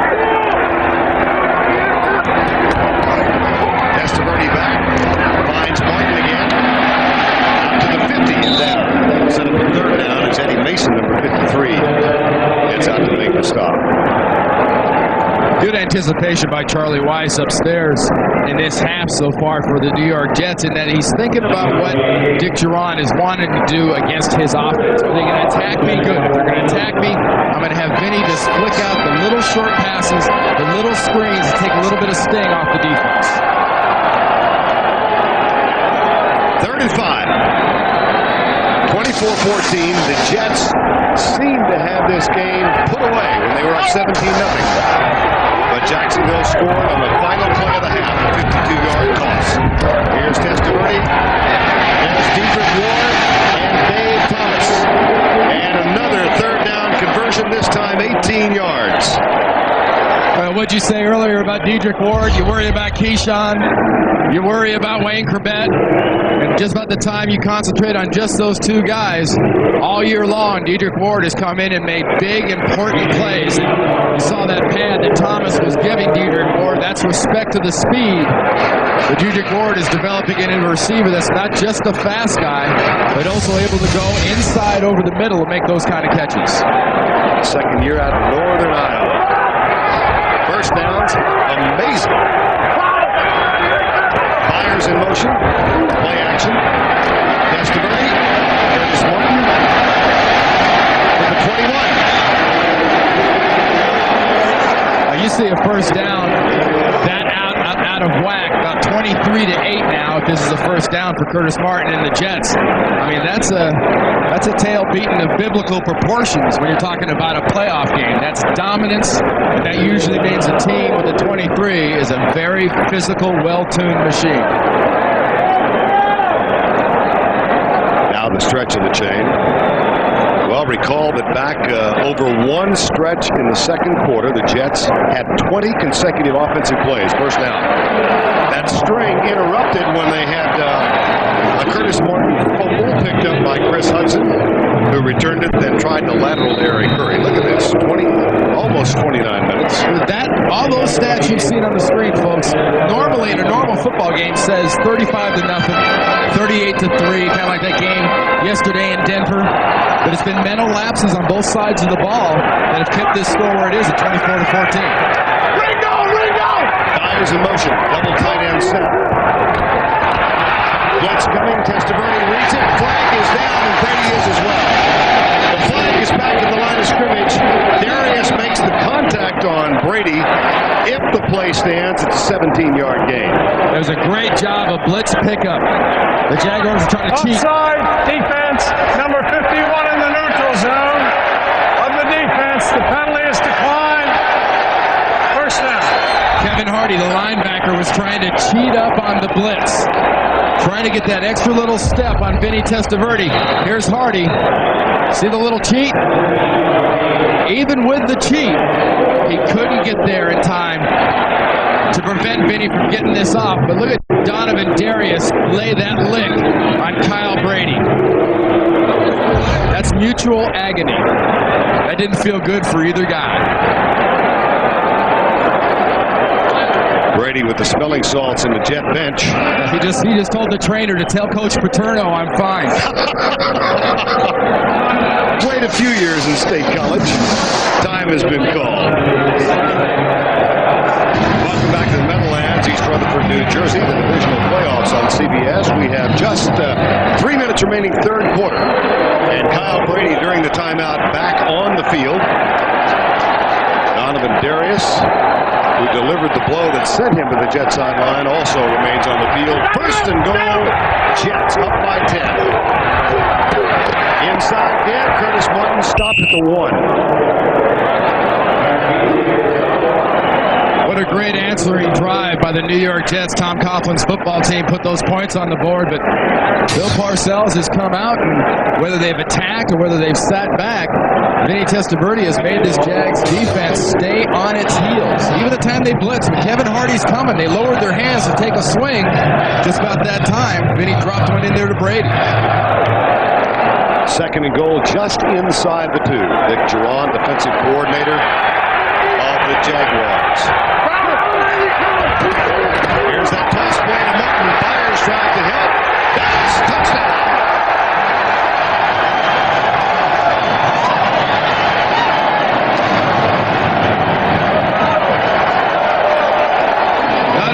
seeing a scene of real physical domination at time up front of the offensive line. You're also seeing guys like Jumbo Elliott and especially Kevin Mawai, the center. Look at Mawai, 68, pull out. That's a 310-pound center pulling out in front of a running back and meeting him in the end zone. They don't make many of those, folks, in case you're wondering. John Kidd's hold.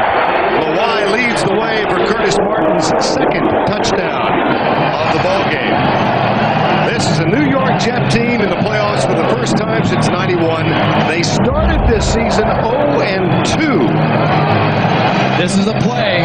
Terrell Davis and the Denver Broncos have worked to perfection, and the Jets have picked it up, put a wrinkle or two in there with a pulling center. And Curtis Martin, I talked about him bringing it. He hasn't stopped bringing it since the early brought.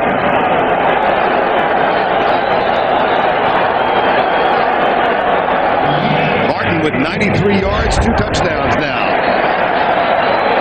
And the New York Jets, winners of their last 6 in a row, and winners of the division title for the first time since the AFL-NFL merger in 1970. You know, this is a tough situation for the Jaguars offense, too, Vern. As much as we keep talking about the Jets offense, mainly because Tom Coughlin's defense is on the field so much against them, the Jags offense has to almost re-stretch and re-warm up every time they leave the field because the Jets are on it for so long when they have the ball. 2:16 to go before the end of the third.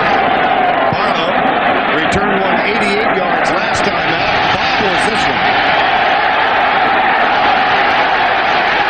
And pays for it. Rob Holmberg, number 50.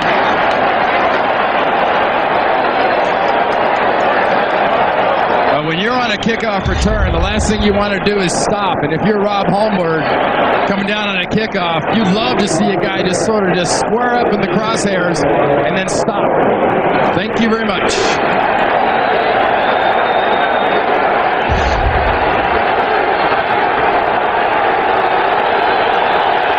Martin gets a rest between Megan and Byers. Here's the toss to Fred Taylor. And Taylor spurts out across the 25. That's a first down, Jacksonville. Ray Mickens gets there, but Taylor with his longest run today, a gain of 16. And the best part about that is you saw Jamal Anderson yesterday for the Atlanta Falcons deliver a couple of straight arms and show his upper body strength. And we've talked about the lower body strength of Fred Taylor. Watch his straight arm on Corwin Brown. Bip. Little face massage, little shoulder pat, out of my way. First and 10. Mitchell in motion and Brunell back to throw. Finds the tight end out to the 37-yard line. Monday on CBS, Ray Romano and Kevin James team up to host CBS Tailgate Monday. It's a night of all new episodes and special surprises. So don't miss Cosby, King of Queens, Raymond and Becker. CBS Tailgate Monday is the only game in town on CBS, America's most watched network. Fred Taylor into the arms of Mo Lewis, number 57, who is Pro Bowl bound this year. And really, if you've followed the Jets at all or followed the NFL for long and don't know about Mo Lewis, he's one of the great stories, finally getting to go to a Pro Bowl and being recognized for how good this guy has played football over these years. Even the years they were suffering and playing poorly, Mo Lewis was the defensive highlight reel for the Jets. CBS first down line just inside the 40. Brunell hands it off to Taylor, who heads left and is nailed. Brian Cox, number 51. Well, there's another example of cute. Remember the one that was an interception earlier? That was an attempt at cute on a short yardage play, and there's another one on third down, going to try to be cute and trying to be different and not being physical.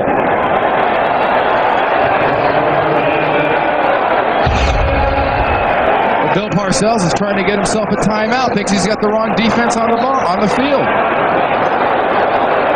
He knows he's going to get the ball back. He's thinking about the clock. Talk about people never getting their heads out of the game. Bill wants it. Bill wants that timeout so he can get the ball back and keep the wind at his back.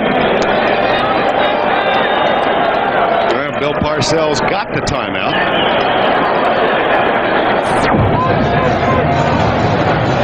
Well, it's a pretty good formula. You come there one year, and fourth year you go to the Super Bowl. He's got a team this good that at this rate will get a chance to play for the conference championship. He did a strong job last time in New York of building a football team and really bringing some strong tradition back to the New York Giants. But this is beyond his expectations, and I think even the most rabid Jet fans' expectations what the Jets are doing this year. Ryan Barker on the punt, nearing the end of the third quarter.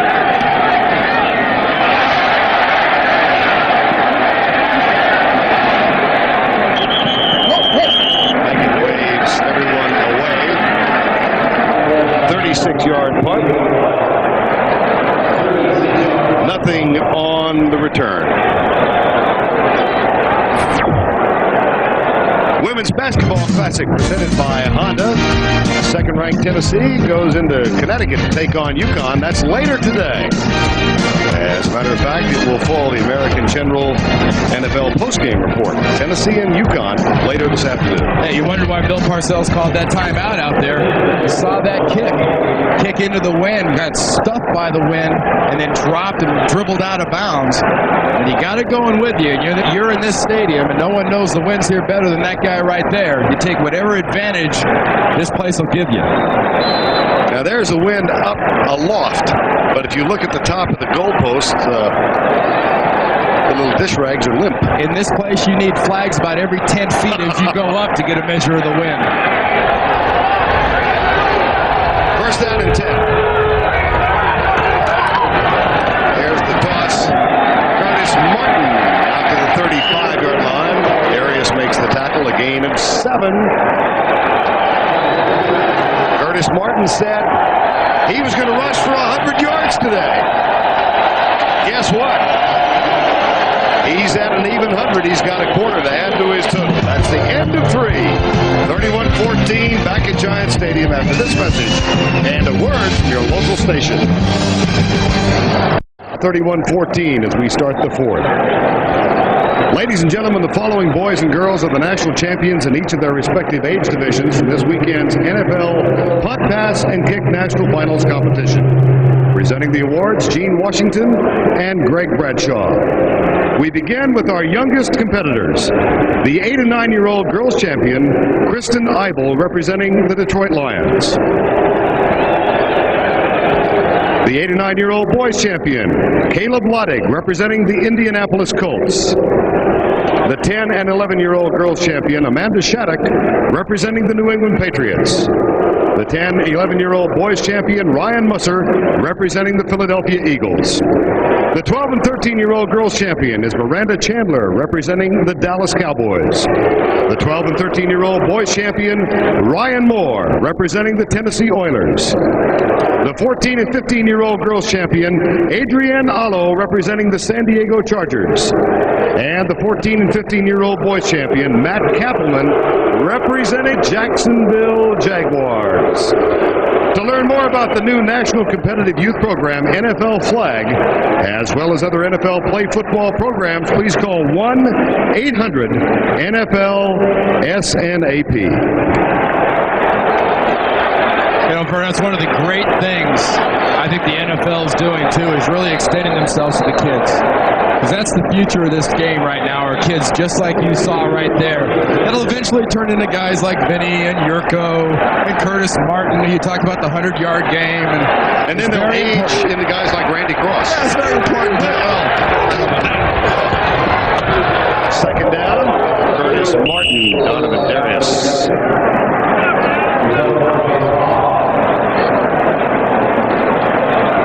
In the fourth quarter this season, the comparisons between the two quarterbacks pretty stout. They're number 1 and 2 in the AFC. But I'll tell you another little gem of a stat.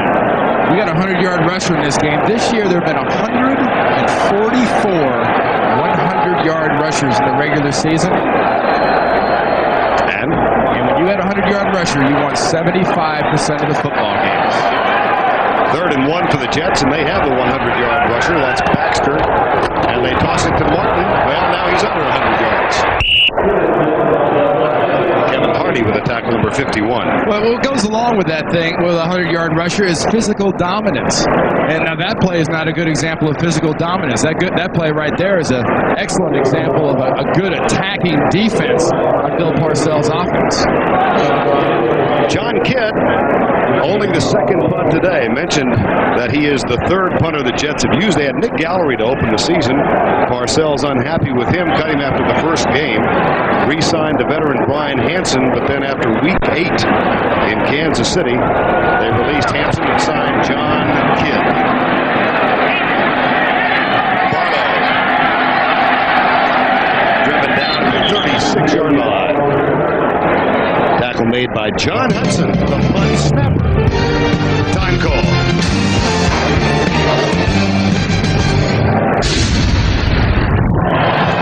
All in all, a very pleasant day in New Jersey in January. Temperature in the mid-20s, but very little wind. The aerial shots provided today by Southwest Airlines. Mark Brunell with the toss to Taylor, who comes to the outside. Little juke move on Victor Green, and Fred Taylor has by far his longest run of the day. A gain of 29 to the 35. Well, in case you wondered about Fred Taylor, that maybe he can't exactly run on AstroTurf and run with a little cooler weather. I think some of his earlier runs already answered that question, but here you're going to see some good stuttering feet setting up Victor Green. And Victor Green, one of the surer tackles on this Jet football team, is lost first by Taylor, and then Green comes back and makes a tackle. McCardell, top of the screen to the right. Jimmy Smith left and Mitchell in the slot. Smith in front of Chad Cascadden, number 53, gain of 6. Well, those of you who joined us late, this game seemingly put away by the Jets. They were up 17-0 and dominating. Final play of the first half. Jimmy Smith got loose behind Otis Smith, made a catch from Brunell for a touchdown. 17-7 at the half, although the Jets have re-established a sense of domination now. Here's Taylor weaving his way down to the 25-yard line. The way they've done this, I think, offensively to start this drive is absolutely perfect for Mark Brunell in this offense. There's no sense of panic. There may be a sense of urgency to the way Brunell's walking around and the way he treats himself and he treats his players in the huddle. But there's no panic to it. This is excellent. They're down by 17 points. You got 12 minutes left. You know your football team has already given up 14 points off turnovers. Don't get overexcited and cause another turnover. Keep your poise. First down. At the 25. Well, a Jacksonville team that really kind of people forgot about in the last couple of weeks of the season. They were just thrashed by Minnesota 50-10. After losing to Tennessee, they did come back and beat Pittsburgh. Here's Brunell. And there's McCardell. Ian McCardell, number 87. At the 17-yard line. Well, the good job by Brunell is what he's doing here is he's moving the ball down, saying, okay, you're not going to let my guys get behind you. I'll run inside. I'll take the holes in the zone. Being very, very patient and not forcing balls. 2nd and 1. Taylor behind Shelton's block. And that's a first down. Jacksonville at the 14-yard line. Jason Ferguson with the tackle, number 72.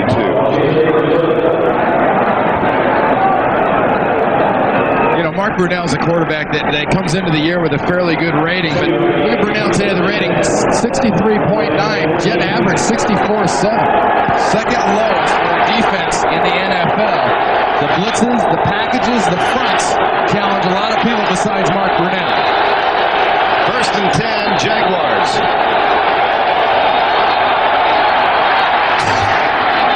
And a flag prior to the snap. Bring this one back. Chad Cascadden was back to keep company with. Prior to the snap, false start,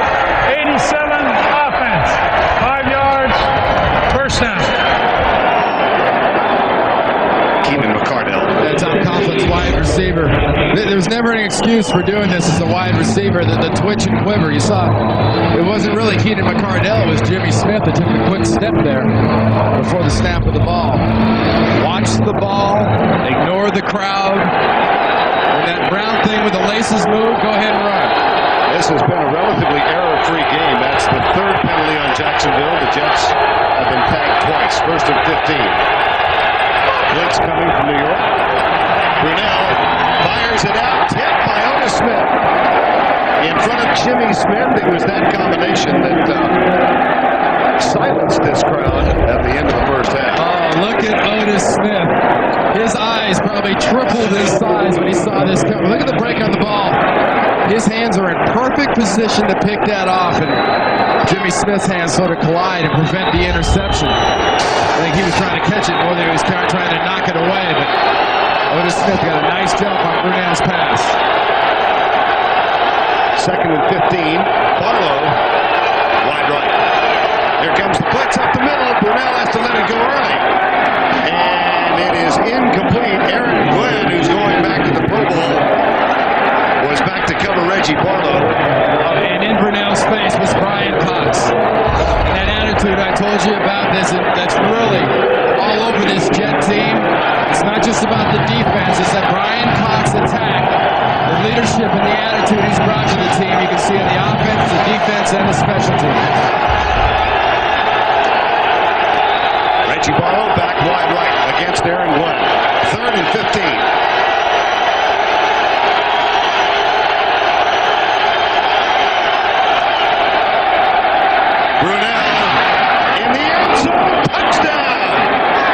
Jimmy Smith, his second of the day. That's from 19 yards. Just fantastic execution and confidence by Mark Brunell. Otis Smith's been working against Jimmy Smith. Otis Smith had a play of 2 plays ago where he knocks the pass down. He could have intercepted it. Look at the bullet. A short throw. The receiver knows it's coming. The quarterback has sent the message, knows it's going to be behind the defensive back, and Otis Smith has no time to react. Mike Hollis for the extra point.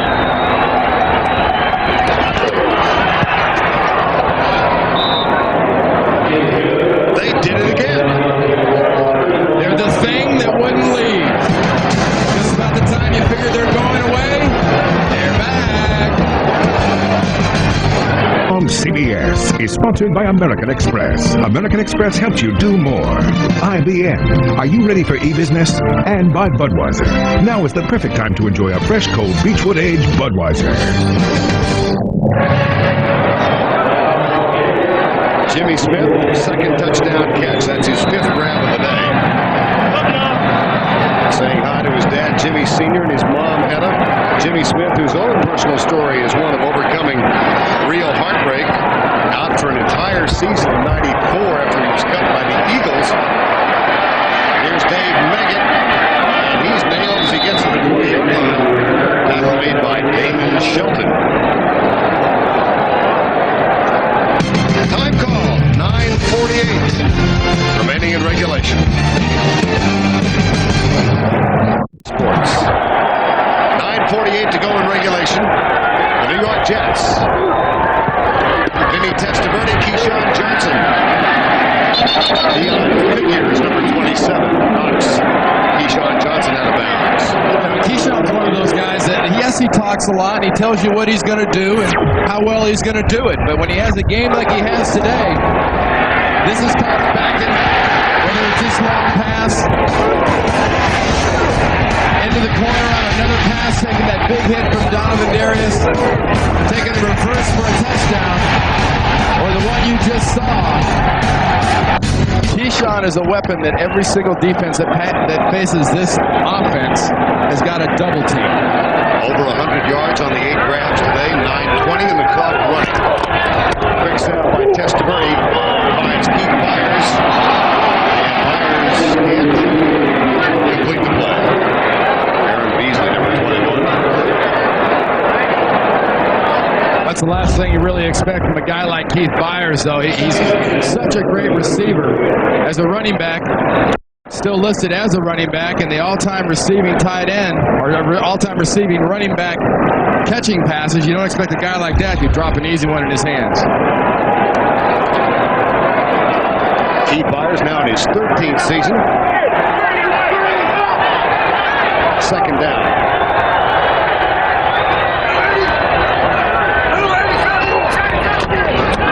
Testaverde, left side. Cravat spins away from Kevin Hardy and fumbles the ball. And the Jaguars have recovered. Parcells claims down by contact. There's Dave Thomas. Hardy with a hit. Cravat was twisting and trying to reach out and get that first down. From my angle, looked like he was in the air as that ball was ripped out of his grasp. That's some opportunistic defense. And that's just the mistake Tom Coughlin and his offensive coaches were looking for. Another chance for Brunel to get out on the field. Sometimes extra effort and second effort can be used against you. First Hardy goes by him. Then Hardy knocks it out. Clearly a fumble. Not down. Recovered by Thomas. Second Jet turnover. Jacksonville has 3. First down. Here's the toss to Fred Taylor. Comes left, and Taylor jammed up by an aggressive Jet defense led by Dwayne Gordon, number 54, and Mo Lewis, number 57. Well, you see a running back stuttering like that. There's only one reason that happens. Onside's been stuffed, and he's looking backside for something to do. And onside was being played very well by Pleasant and everybody on that side. But Chad Cascadden was the backside linebacker. He was right where he wanted to cut back, and he couldn't do it. Under 8 to play. Brunel, blitz coming. Dwayne Gordon, and it's knocked in the air. Gordon coming on the blitz. Number 54 got a hand up. This is going to leave Mark Brunel, another one of those third and long. He was good at in the first half. It's all set up by Dwayne Gordon. A hesitation blitz. Brunel wants to run a screen. Was not expecting that late blitz by Gordon. Gordon's right in the passing lane. Mark Brunel saying last night, third down defenses are the most complicated thing they'll face. 3rd and 9.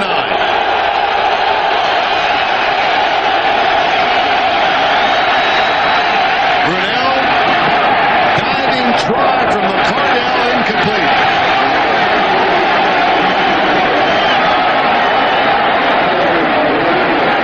8:12 to go. Well, Jacksonville hesitation here. If you didn't hesitate on the 1-yard line, you're not going to hesitate on 4th down now. Brunel just didn't have enough elevation. He had plenty of gun and velocity. But Smith couldn't get McCardell couldn't get all the way down on it. Ball bounces before it got to him. Barlow and McCardell are to the right. Jimmy Smith to the left. 4-man rush.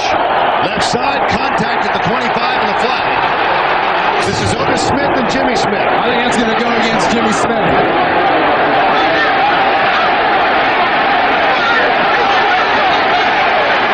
Maybe not. From Victor Green's reaction. Defensive pass interference number 45. First down. Wow. Otis Smith looked to be stopping as the receiver was planning, and Jimmy Smith looked to run right through Bill Parcells' cornerback. Here's the matchup. Plenty of room.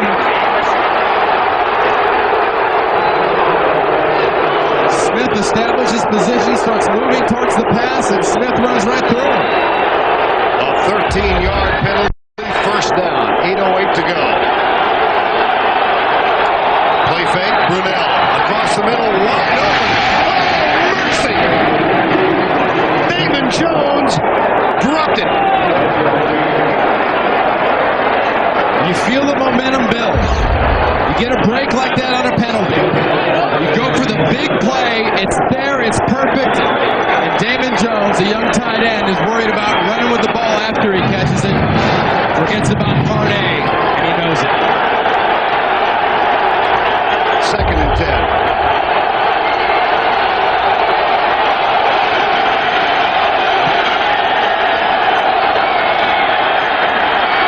Brunel from Mitchell, who is popped at the 23-yard line by Brian Cox.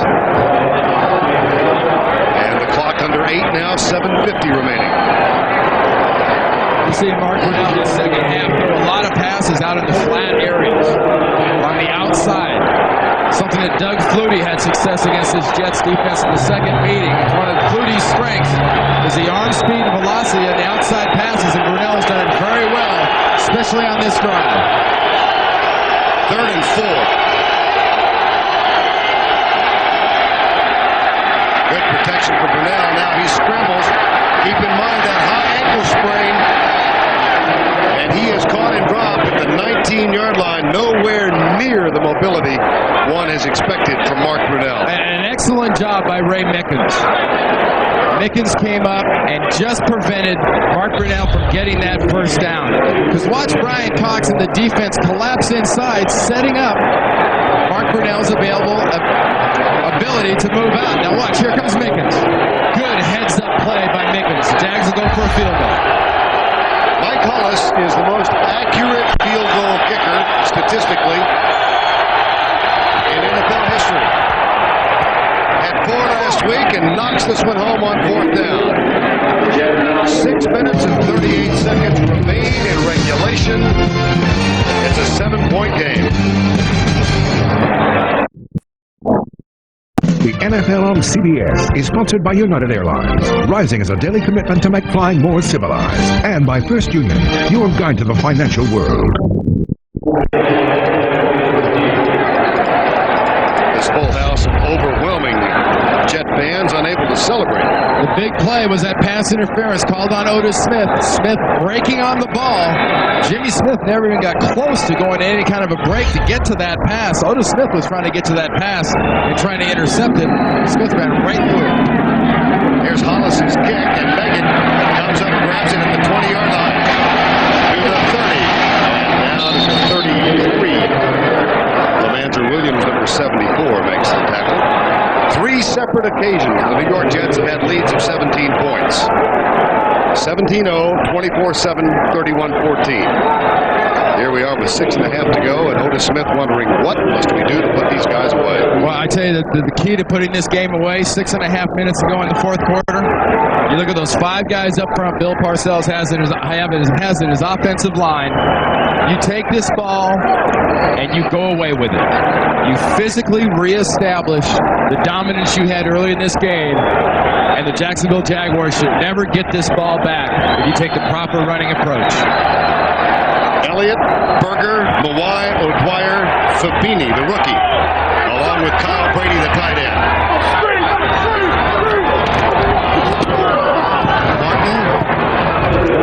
out to the 35-yard line. Kelvin Pritchett makes the tackle, and we check in with Michelle Tafoya. Well, Vern, this was one of the posters hanging at the Jets facility this week. Wanted Jaguars reward $32,500. That's the amount each Jet would get if they win this game. Parcells also put up a big photograph of a player leaving a stadium after losing a playoff game. The caption read, "One mistake at the wrong time can send you packing for the year." And he told his players, you don't want to be the player who makes that mistake, guys. Thanks, Michelle. 2nd and 9. Testaverde will throw. No, he won't. No, he will not.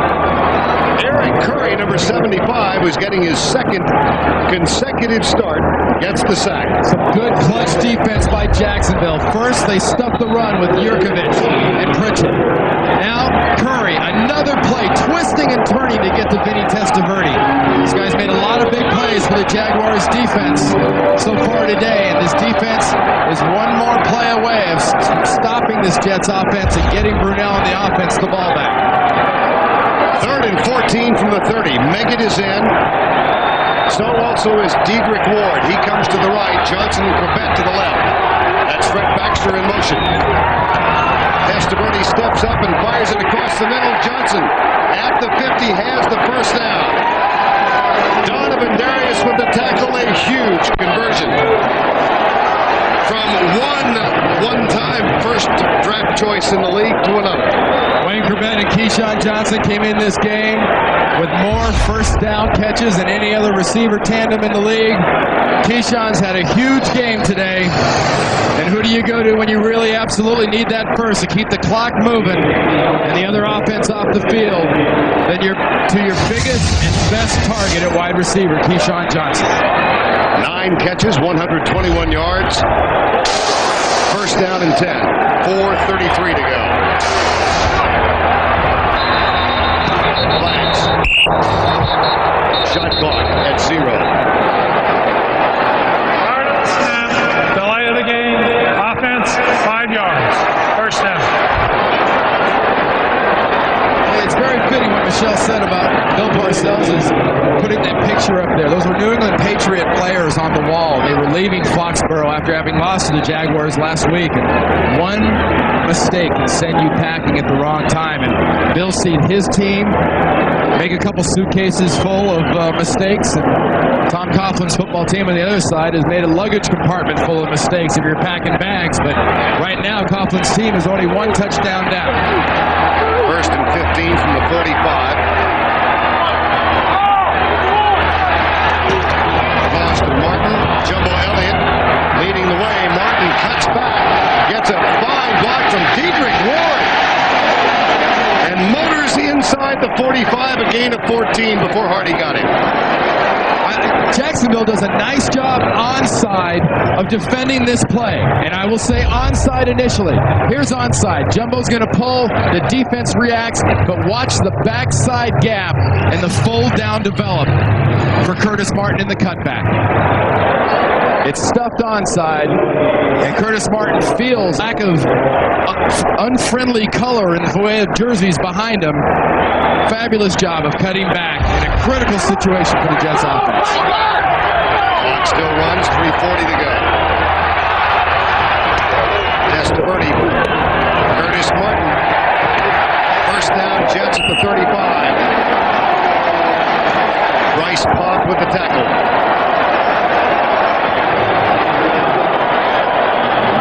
Coming up on the American General postgame show, back across the Hudson, Jim Nance, Marcus Allen, Brent Jones, Mike Lombardi, and Bill Cowher. John Elway and the Broncos await the winner of this game in Denver next Sunday. He'll be live. Well, whoever wins this game has got some serious screws to tighten down before you face a team like the Broncos. You make these kind of mistakes against Denver, and you'll be lucky if they only score 38 on you.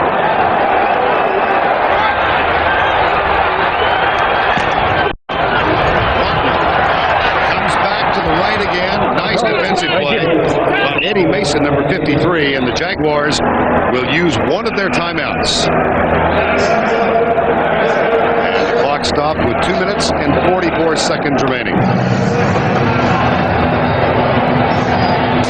Bill Parcells, in his second year, would love more than anything to become the first coach in history to take 3 teams to the Super Bowl. Of course, he won 2 titles with the Giants. He got the Patriots into the Super Bowl a couple of years ago. And an amazing turnaround for this team, but they can't put Jacksonville away. A couple of times I've referred to Jacksonville as the thing that wouldn't leave. And Tom Coughlin's team has had injuries. Tom Coughlin's team, though, has a lot of experience, and no one has ever doubted their heart. And they have shown you a huge heart today. Down by 17, make it back to 10. Down by 17. They keep coming back. It's a testament to what Tom Coughlin has built in Jacksonville as much as it is their ability to take advantage of the mistakes that Vinny and the Jets have made. Well, 2:44 remaining in this one. The winner goes into Denver. That game a week from today at 4 o'clock Eastern Time. Second down and 10.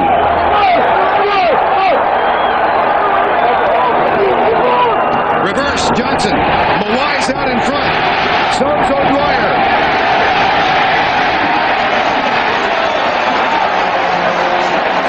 18-yard gain. The exact same execution of the play by Keyshawn Johnson and the New York Jets.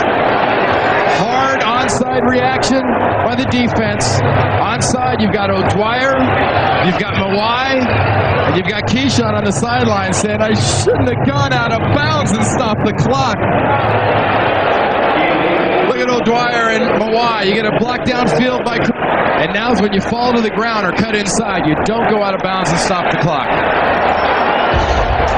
Second reverse for the day, 28 yards. He got a touchdown from 10 out, and time out is called by York Jets. That's their last. And it comes with 2:37 to go. Jamal Anderson, of course, yesterday in the Atlanta victory stepped out of bounds with 58 seconds to go. And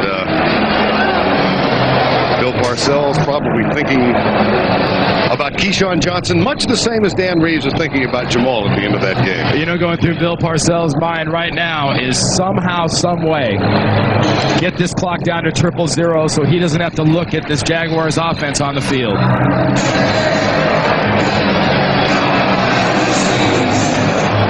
Tonight on CBS, he's got to be the world's most dishonest TV reporter. At least he was until he got caught and went to jail. Meet him tonight on 60 Minutes. That's followed by Touched by an Angel. Then it's the 25th Annual People's Choice Awards, an all-star celebration hosted by Ray Romano with live performances by Garth Brooks, Elton John, and Leanne Rimes. That's tonight on CBS.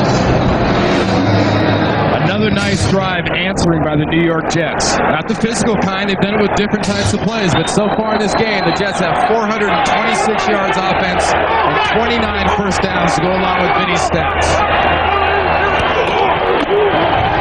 Working the clock a little more with Curtis Martin down to the 14-yard line. Joel Smingy makes the tackle. Jacksonville uses the second of its 3 timeouts. Winner of this one goes into Mile High. And they will take on the Denver Broncos, convincing victors yesterday over Miami.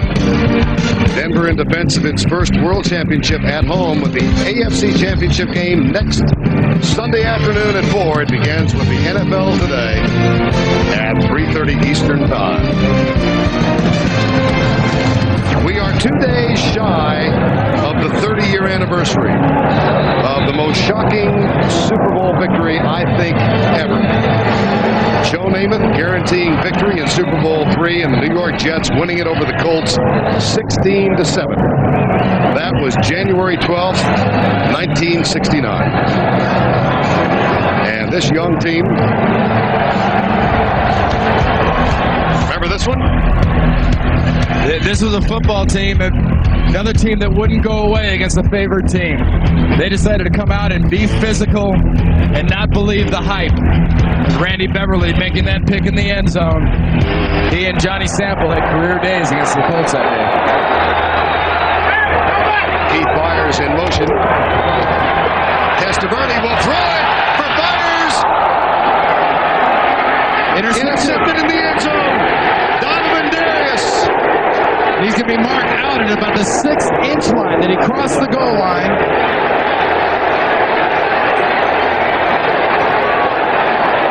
The far official was coming in, pointing at the ground. Tom Coughlin trying to make the point that he was down. Coughlin wants the touchback. And 1-yard line.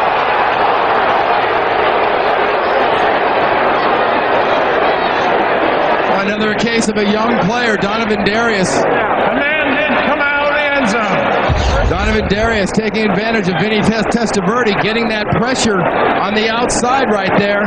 Puts the ball up for grabs.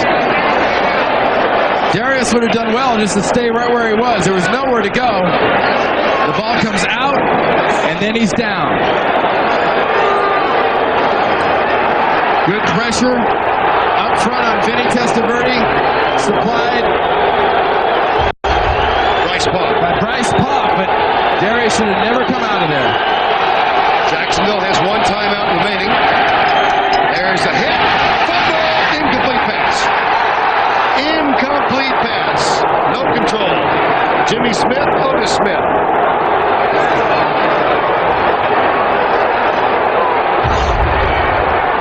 This is way, way more exciting than Bill Parcells had planned as things were going earlier. Jimmy Smith, possession, seems to be bobbling that as he's being hit. It's bouncing around. He does not have possession. He does not have the second foot on the ground. That's a good call. Second down. Here's Brunell. Retreats to the end of the end zone and scrambles. Chased by Cascadden. Runs out of bounds with 2:11 left in the clock.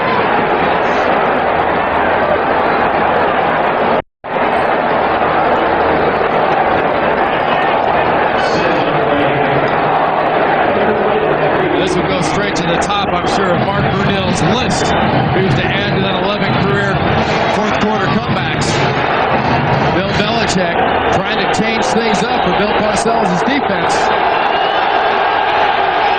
3rd and 3.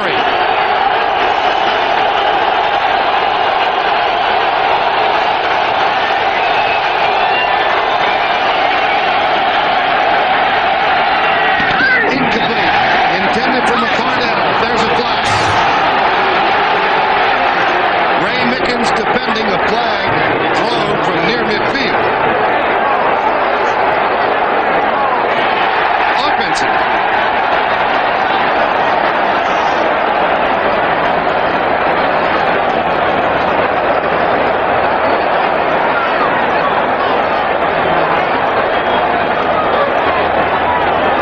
Calls a push-off on Tom Coughlin's receiver. We'll find out which one. It didn't happen on the outside. Must have been inside.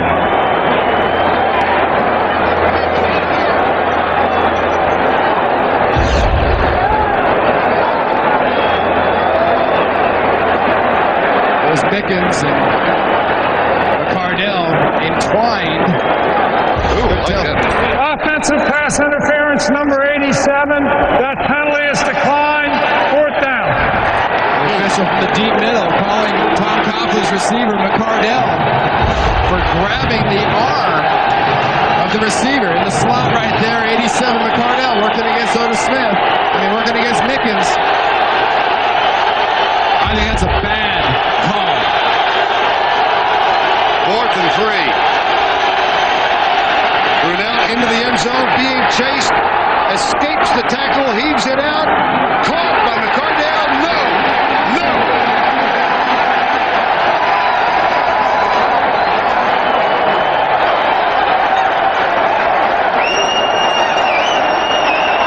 Mark Brunell does everything physically possible to avoid a sack, to avoid a safety, to keep his team alive. McCardell cannot come down.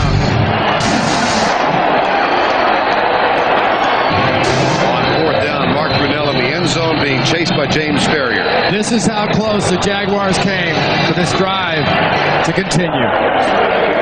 The ball, the hands, the feet are in, but the hands won't cooperate. The New York Jets, 1:59 away from the AFC Championship game.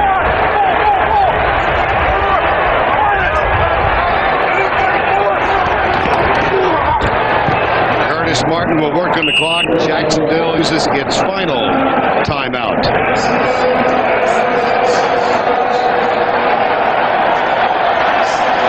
This has been a game that's been about heart and mistakes for the Jacksonville Jaguars. They made the mistakes and got themselves in the hole, but they had the heart to keep coming back, keep fighting from those deficits. Bill Parcells' Jets at times were physically dominant and as sharp as you've seen them in this 1998-99 season, but also made some pretty critical errors to enable the Jacksonville Jaguars to do what they've done. Final crowd count has just been announced, Randy. The largest gathering ever in this stadium. More than 78,000 have jammed in here. They've been waiting to explode for the better part of 3 quarters. Coming up on the American General postgame show, we'll go back across the Hudson. Jim Nance, Marcus Allen, Brent Jones, Mike Lombardi, and Pittsburgh coach Bill Cowher. John Elway will appear live and a preview of the Arizona-Minnesota game that's coming up on the final one of this quartet.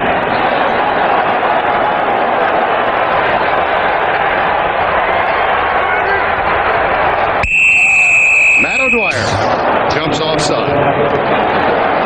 Prior to the snap, false start, 7-0. 7-0. 5 yards. Second. Hoping to apply a period to the paragraph, and they got a comma instead. O'Dwyer with the penalty. The executive producer of CBS Sports, Terry Ewert. Today's game produced by Lance Barrow and directed by Mike Arnold. Coordinating director of the NFL on CBS is Larry Cavallina.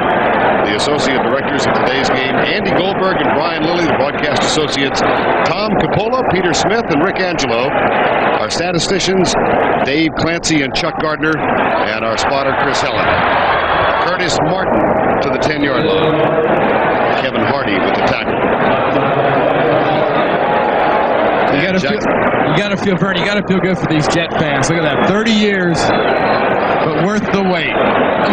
Talked about that great game by Joe Namath almost 30 years ago down there in Miami, and how many years did these fans say and hear that same old Jets term? Bill Parcells has come in here and made this team into a disciplined force. Third down. Jacksonville can't stop the clock. Curtis Martin, and it will be fourth down. NFL Today, produced by Eric Mann and directed by Bob Medina. We'll go back to our broadcast center in less than 50 seconds. Well, Tom Coughlin, Bill Parcells were associates here. Bill Parcells chatting with us in his office. He said, here's the tough thing about coaching against my friend.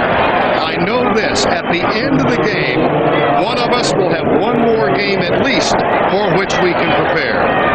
The other one is going to think about the off-season program, the mini camps, the training, just to get back to this spot. Here's John Hall's field goal. There's the period to the paragraph.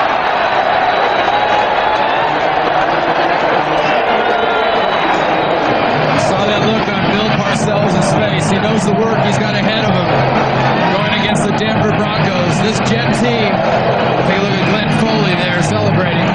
But this Jet team will celebrate rather gingerly tonight.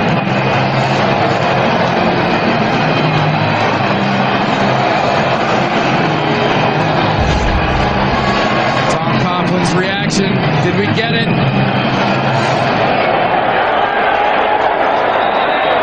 That he's the one that has the mini camps in the preseason and next year's regular season to look forward to try to get back to this spot.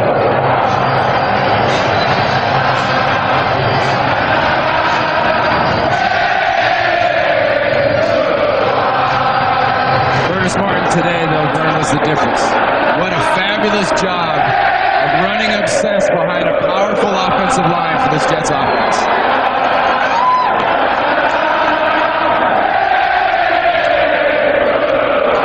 124 yards, 36 carries, 2 touchdowns. We also can't ignore what Keyshawn Johnson did. I mean, Bill Parcells' offense knew they would have to bring the whole package against the Jacksonville Jaguars because they wouldn't die easy. They gave an awful lot of that package. 1995, this Jets team won 3 and lost 13. In 96, they won 1 and lost 15. It's a high foul. And it's recovered by Jacksonville at the 40 with 20 seconds to go. They hired Bill Parcells to come in 2 years ago. The team went 9-7 last year. They had a stretch in the middle of the season during which Parcells challenged the Jets and said, this is going to give us an idea of how good we can be. During that 6-game stretch, the Jets won 5 and lost 1. And the loss, shockingly, was to Indianapolis. But they came back and won their last 6. And they're going to the AFC Championship game. If you're a Jet, you can enjoy this win. It's a playoff win and it's big. You won ugly. There's plenty of stuff to improve by next week. That late game in Denver. Brunell, deep, right side. Intercepted.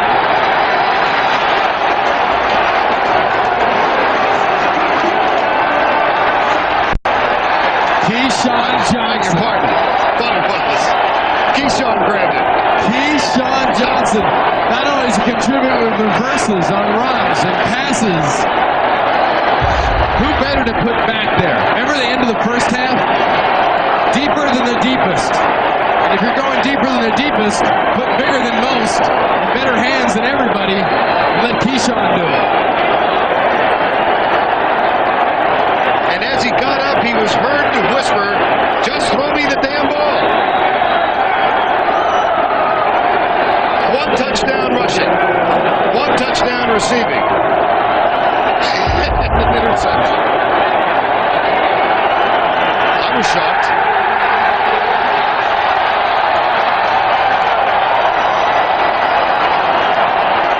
Bill Parcells and his staff face a huge task going into Mile High Stadium next week. Vinny Testaverde cannot make mistakes against the Denver Broncos, and the Jets defense is going to face the best offense they've seen all year long, and that includes the 49ers.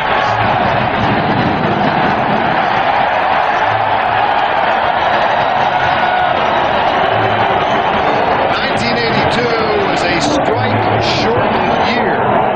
The New York Jets that season played 9 games, won 6, lost 3, got into what was called the Super Bowl tournament, and advanced to the AFC Championship game. This time, just a little more of an accomplishment.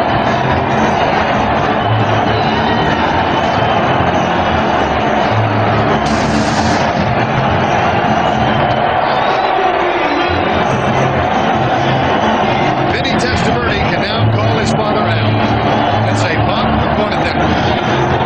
American General postgame show coming next. The Jets win it. They're 8-1 on their home turf this season. And now they get ready to head west to Mile High Stadium to take on John Elway, Terrell Davis, and the Denver Broncos. That's next Sunday, 4 o'clock Eastern Time.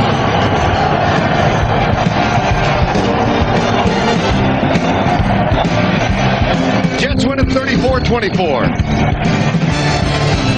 So for Randy Cross and Michelle Tapoya, I'm Bert Lundquist saying so long from Giant Stadium. It has been a heck of a season. Be with us next week. The season continues from Mile High.